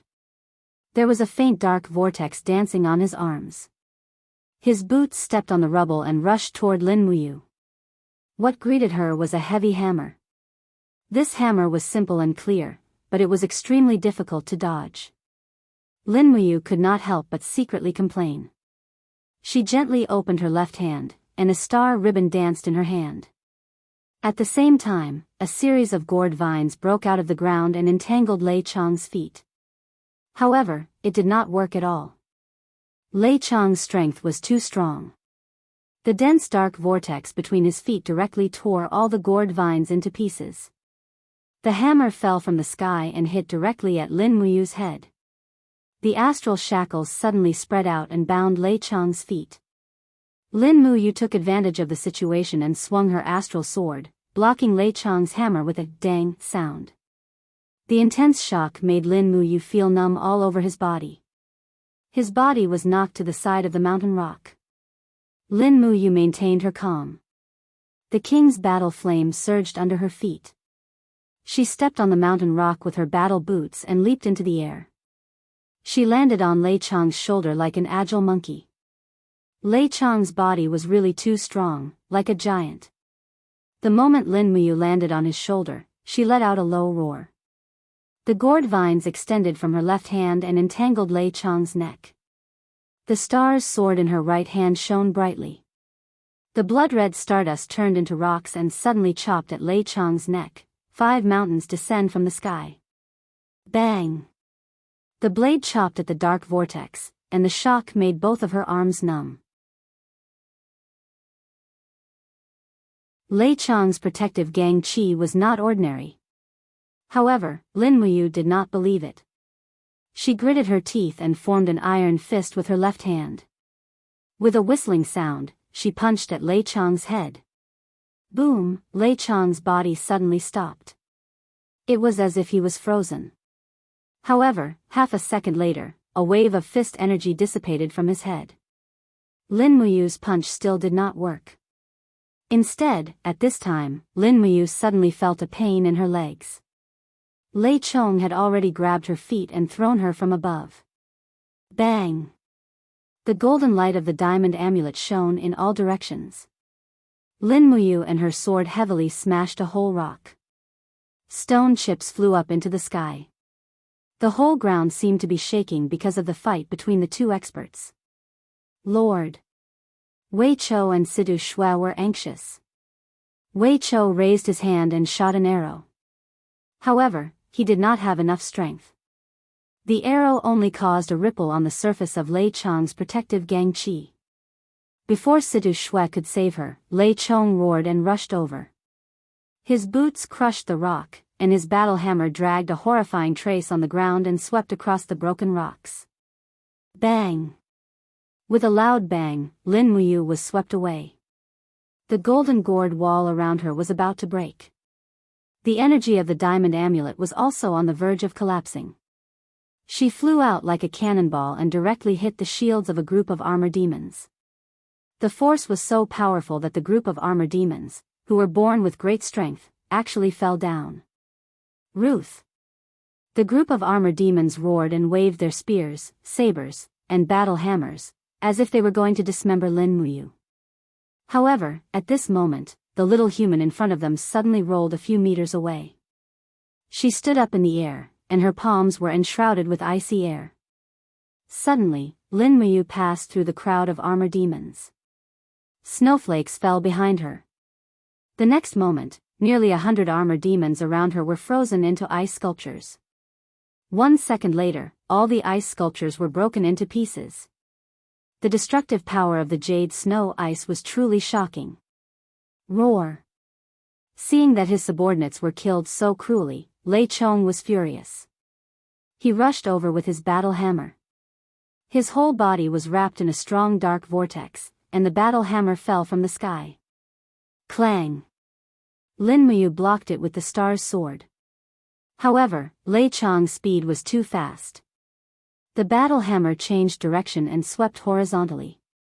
When Lin Muyu blocked it again, Lei Chong's battle boot, which was wrapped in a strong master's devil power, kicked toward Lin Muyu's chest. There was a great difference in height between them. Lin Muyu stomped on the ground with her left foot and flew up. Her right foot was full of mysterious energy of 5 elements and 8 wastelands, and she kicked at Lei Chong's battle boot. Bang! Lei Chong's battle boots were instantly shattered by the power of the 7 planets, revealing a smelly foot that was covered in black hair and had strong muscles. Lei Chong cackled loudly as he took the opportunity to stomp down. He was actually not afraid of the profound energy of the 5 elements 8 desolation annihilation. Pung! Lin Muyu's chest armor was kicked. She felt as if a mountain was pressing down on her chest. She couldn't help but spit out a mouthful of blood as she hurriedly retreated. Lei Chong's strength was too strong. It wouldn't be easy for her to fight him one-on-one. Go to hell, Lin Muyu. Lei Chong laughed crazily. He swept his battle hammer 3 times in a row, forcing Lin Muyu to be unable to fight back. He saw an opportunity and spun his battle hammer. With a dang sound, the stellar sword was sent flying. He could not help but laugh proudly. He raised his battle hammer and smashed it down on Lin Muyu. Lin Muyu's entire body seemed to be controlled by Lei Chong's domain. She could not move at all. She quickly raised her arms to defend herself, and with a loud shout, she summoned the Golden Dragon Blood Battle Shield. Bang! When the battle hammer fell, Lin Muyu felt as if her arms were about to be shattered. The Dragon Blood Battle Shield was instantly shattered. Ha ha ha ha ha, Lei Chong laughed crazily and swung his battle hammer. This hammer strike was bound to smash Lin Muyu into pieces. However, at this moment, a flame appeared on Lei Chong's side. The flame spread and lingered in Lin Muyu's palm. When Lei Chong turned around, he saw a rapidly spinning sword engulfed in flames flying towards him. Dragon Flame Spiral Break. Pang! The stellar sword was extremely sharp. Under the power of the Dragon Flame Spiral Break, Lei Chong's protective aura finally disintegrated. In the next moment, the golden armor on his abdomen was completely smashed by the stellar sword. However, before the stellar sword could penetrate further, Lei Chong swung his battle hammer and smashed the stellar sword away with a dang sound. But at this moment, Lin Muyu had already closed in like a ghost. Her right hand reached for her waist, and a shining dagger appeared in her hand. It was Little Magic Sound. She grabbed the chain on Lei Chong's waist with her left hand and stuck to it like a bat. The Magic Sound dagger was filled with the 7 luminary celestial swords Xian energy. She stabbed at Lei Chong's abdomen. Puchi. Finally, blood. Lin Muyu pulled horizontally. Lei Chong's abdomen was instantly cut by nearly 20 centimeters. Blood flowed out. Roar. In pain, Lei Chong threw away his battle hammer and opened his palm to grab Lin Muyu's shoulder armor. He grabbed Lin Muyu with one hand as if he was grabbing a small animal and slammed her to the ground. With a bang, Lin Muyu was dizzy and her consciousness began to fade. Before she could react, the armor on her back received another heavy blow. It was Lei Chong's foot attack. Lin Muyu could not help but spit out a mouthful of blood. She struggled to convert the 7 luminary celestial sword's Xian energy into the dragon blood battle shield on her back. At this moment, there was a sudden dragon roar. Acatosaurus, which had not been seen for a long time, seemed to have sensed a great threat to its master's life and directly flew out from the alternate dimension. It had been a long time since they last met, and the crimson crystal dragon had undergone a huge change. No one knew what it had experienced in the alternate dimension, but its size had increased by nearly half. The dark golden scales on its body looked very hard. It raised its ferocious head and directly spat out a mouthful of dragon flame at Lei Chong. Whoosh! Lei Chong's eyebrows and hair were instantly burned off. The golden armor on his body was also melted. The surface of the gold plating turned into liquid gold and flowed to the ground. The steel below was instantly dyed red. Damn it! Lei Chong was only injured but not killed. With a roar, he opened his hand and grabbed the neck of Acatosaurus and swung the battle hammer in his right hand. Bang! Under the hammer, Acatosaurus howled in pain as its scales scattered. After all, Lei Chong was too strong. Lin Muyu's heart ached. She hurriedly shouted, "Armor form." The next moment, the Acatosaurus in Lei Chong's hand suddenly turned into a scarlet light and dissipated. Instead, it turned into scales that stuck to Lin Muyu's white imperial forest armor. Even so, it was useless. Lin Muyu was already injured and could only use less than 20% of her original strength. She was definitely no match for Lei Chong. "Quick, save the commander!" Situ-san roared and leaped up. His entire body was like a rock spreading its wings as he dove towards Lei Chong. The sword in his hand shone with dazzling astral power. It was initial starlight. Roar! Lei Chong did not care about a small fry like Situ's senator. He raised his battle hammer and blocked the attack. Dang! Situ-sen was sent flying. However, Lei Chong was not much better off. The price of seriously injuring Lin Muyu was that his combat power had been greatly reduced. At most, he could only use 40% of his strength. The most serious injury was the wound that Lin Muyu had made on his abdomen. It was still bleeding. Fortunately, he had the demonic power to protect him. Otherwise, his intestines would have flowed out. Rustle, like a butterfly, Situ Shui jumped up and down in a few leaps and landed beside Lin Muyu. Seeing Lin Muyu lying on the ground, she felt so sorry for him that her eyes turned red. Without saying a word, she pulled Lei Chong's arm and put it on hers. She activated her chi and quickly left this dangerous place. Fire! Wei Cho shouted, "You're tuning into the Romantic Tales YouTube channel. Don't forget to subscribe and join us on this journey to catch the most captivating stories."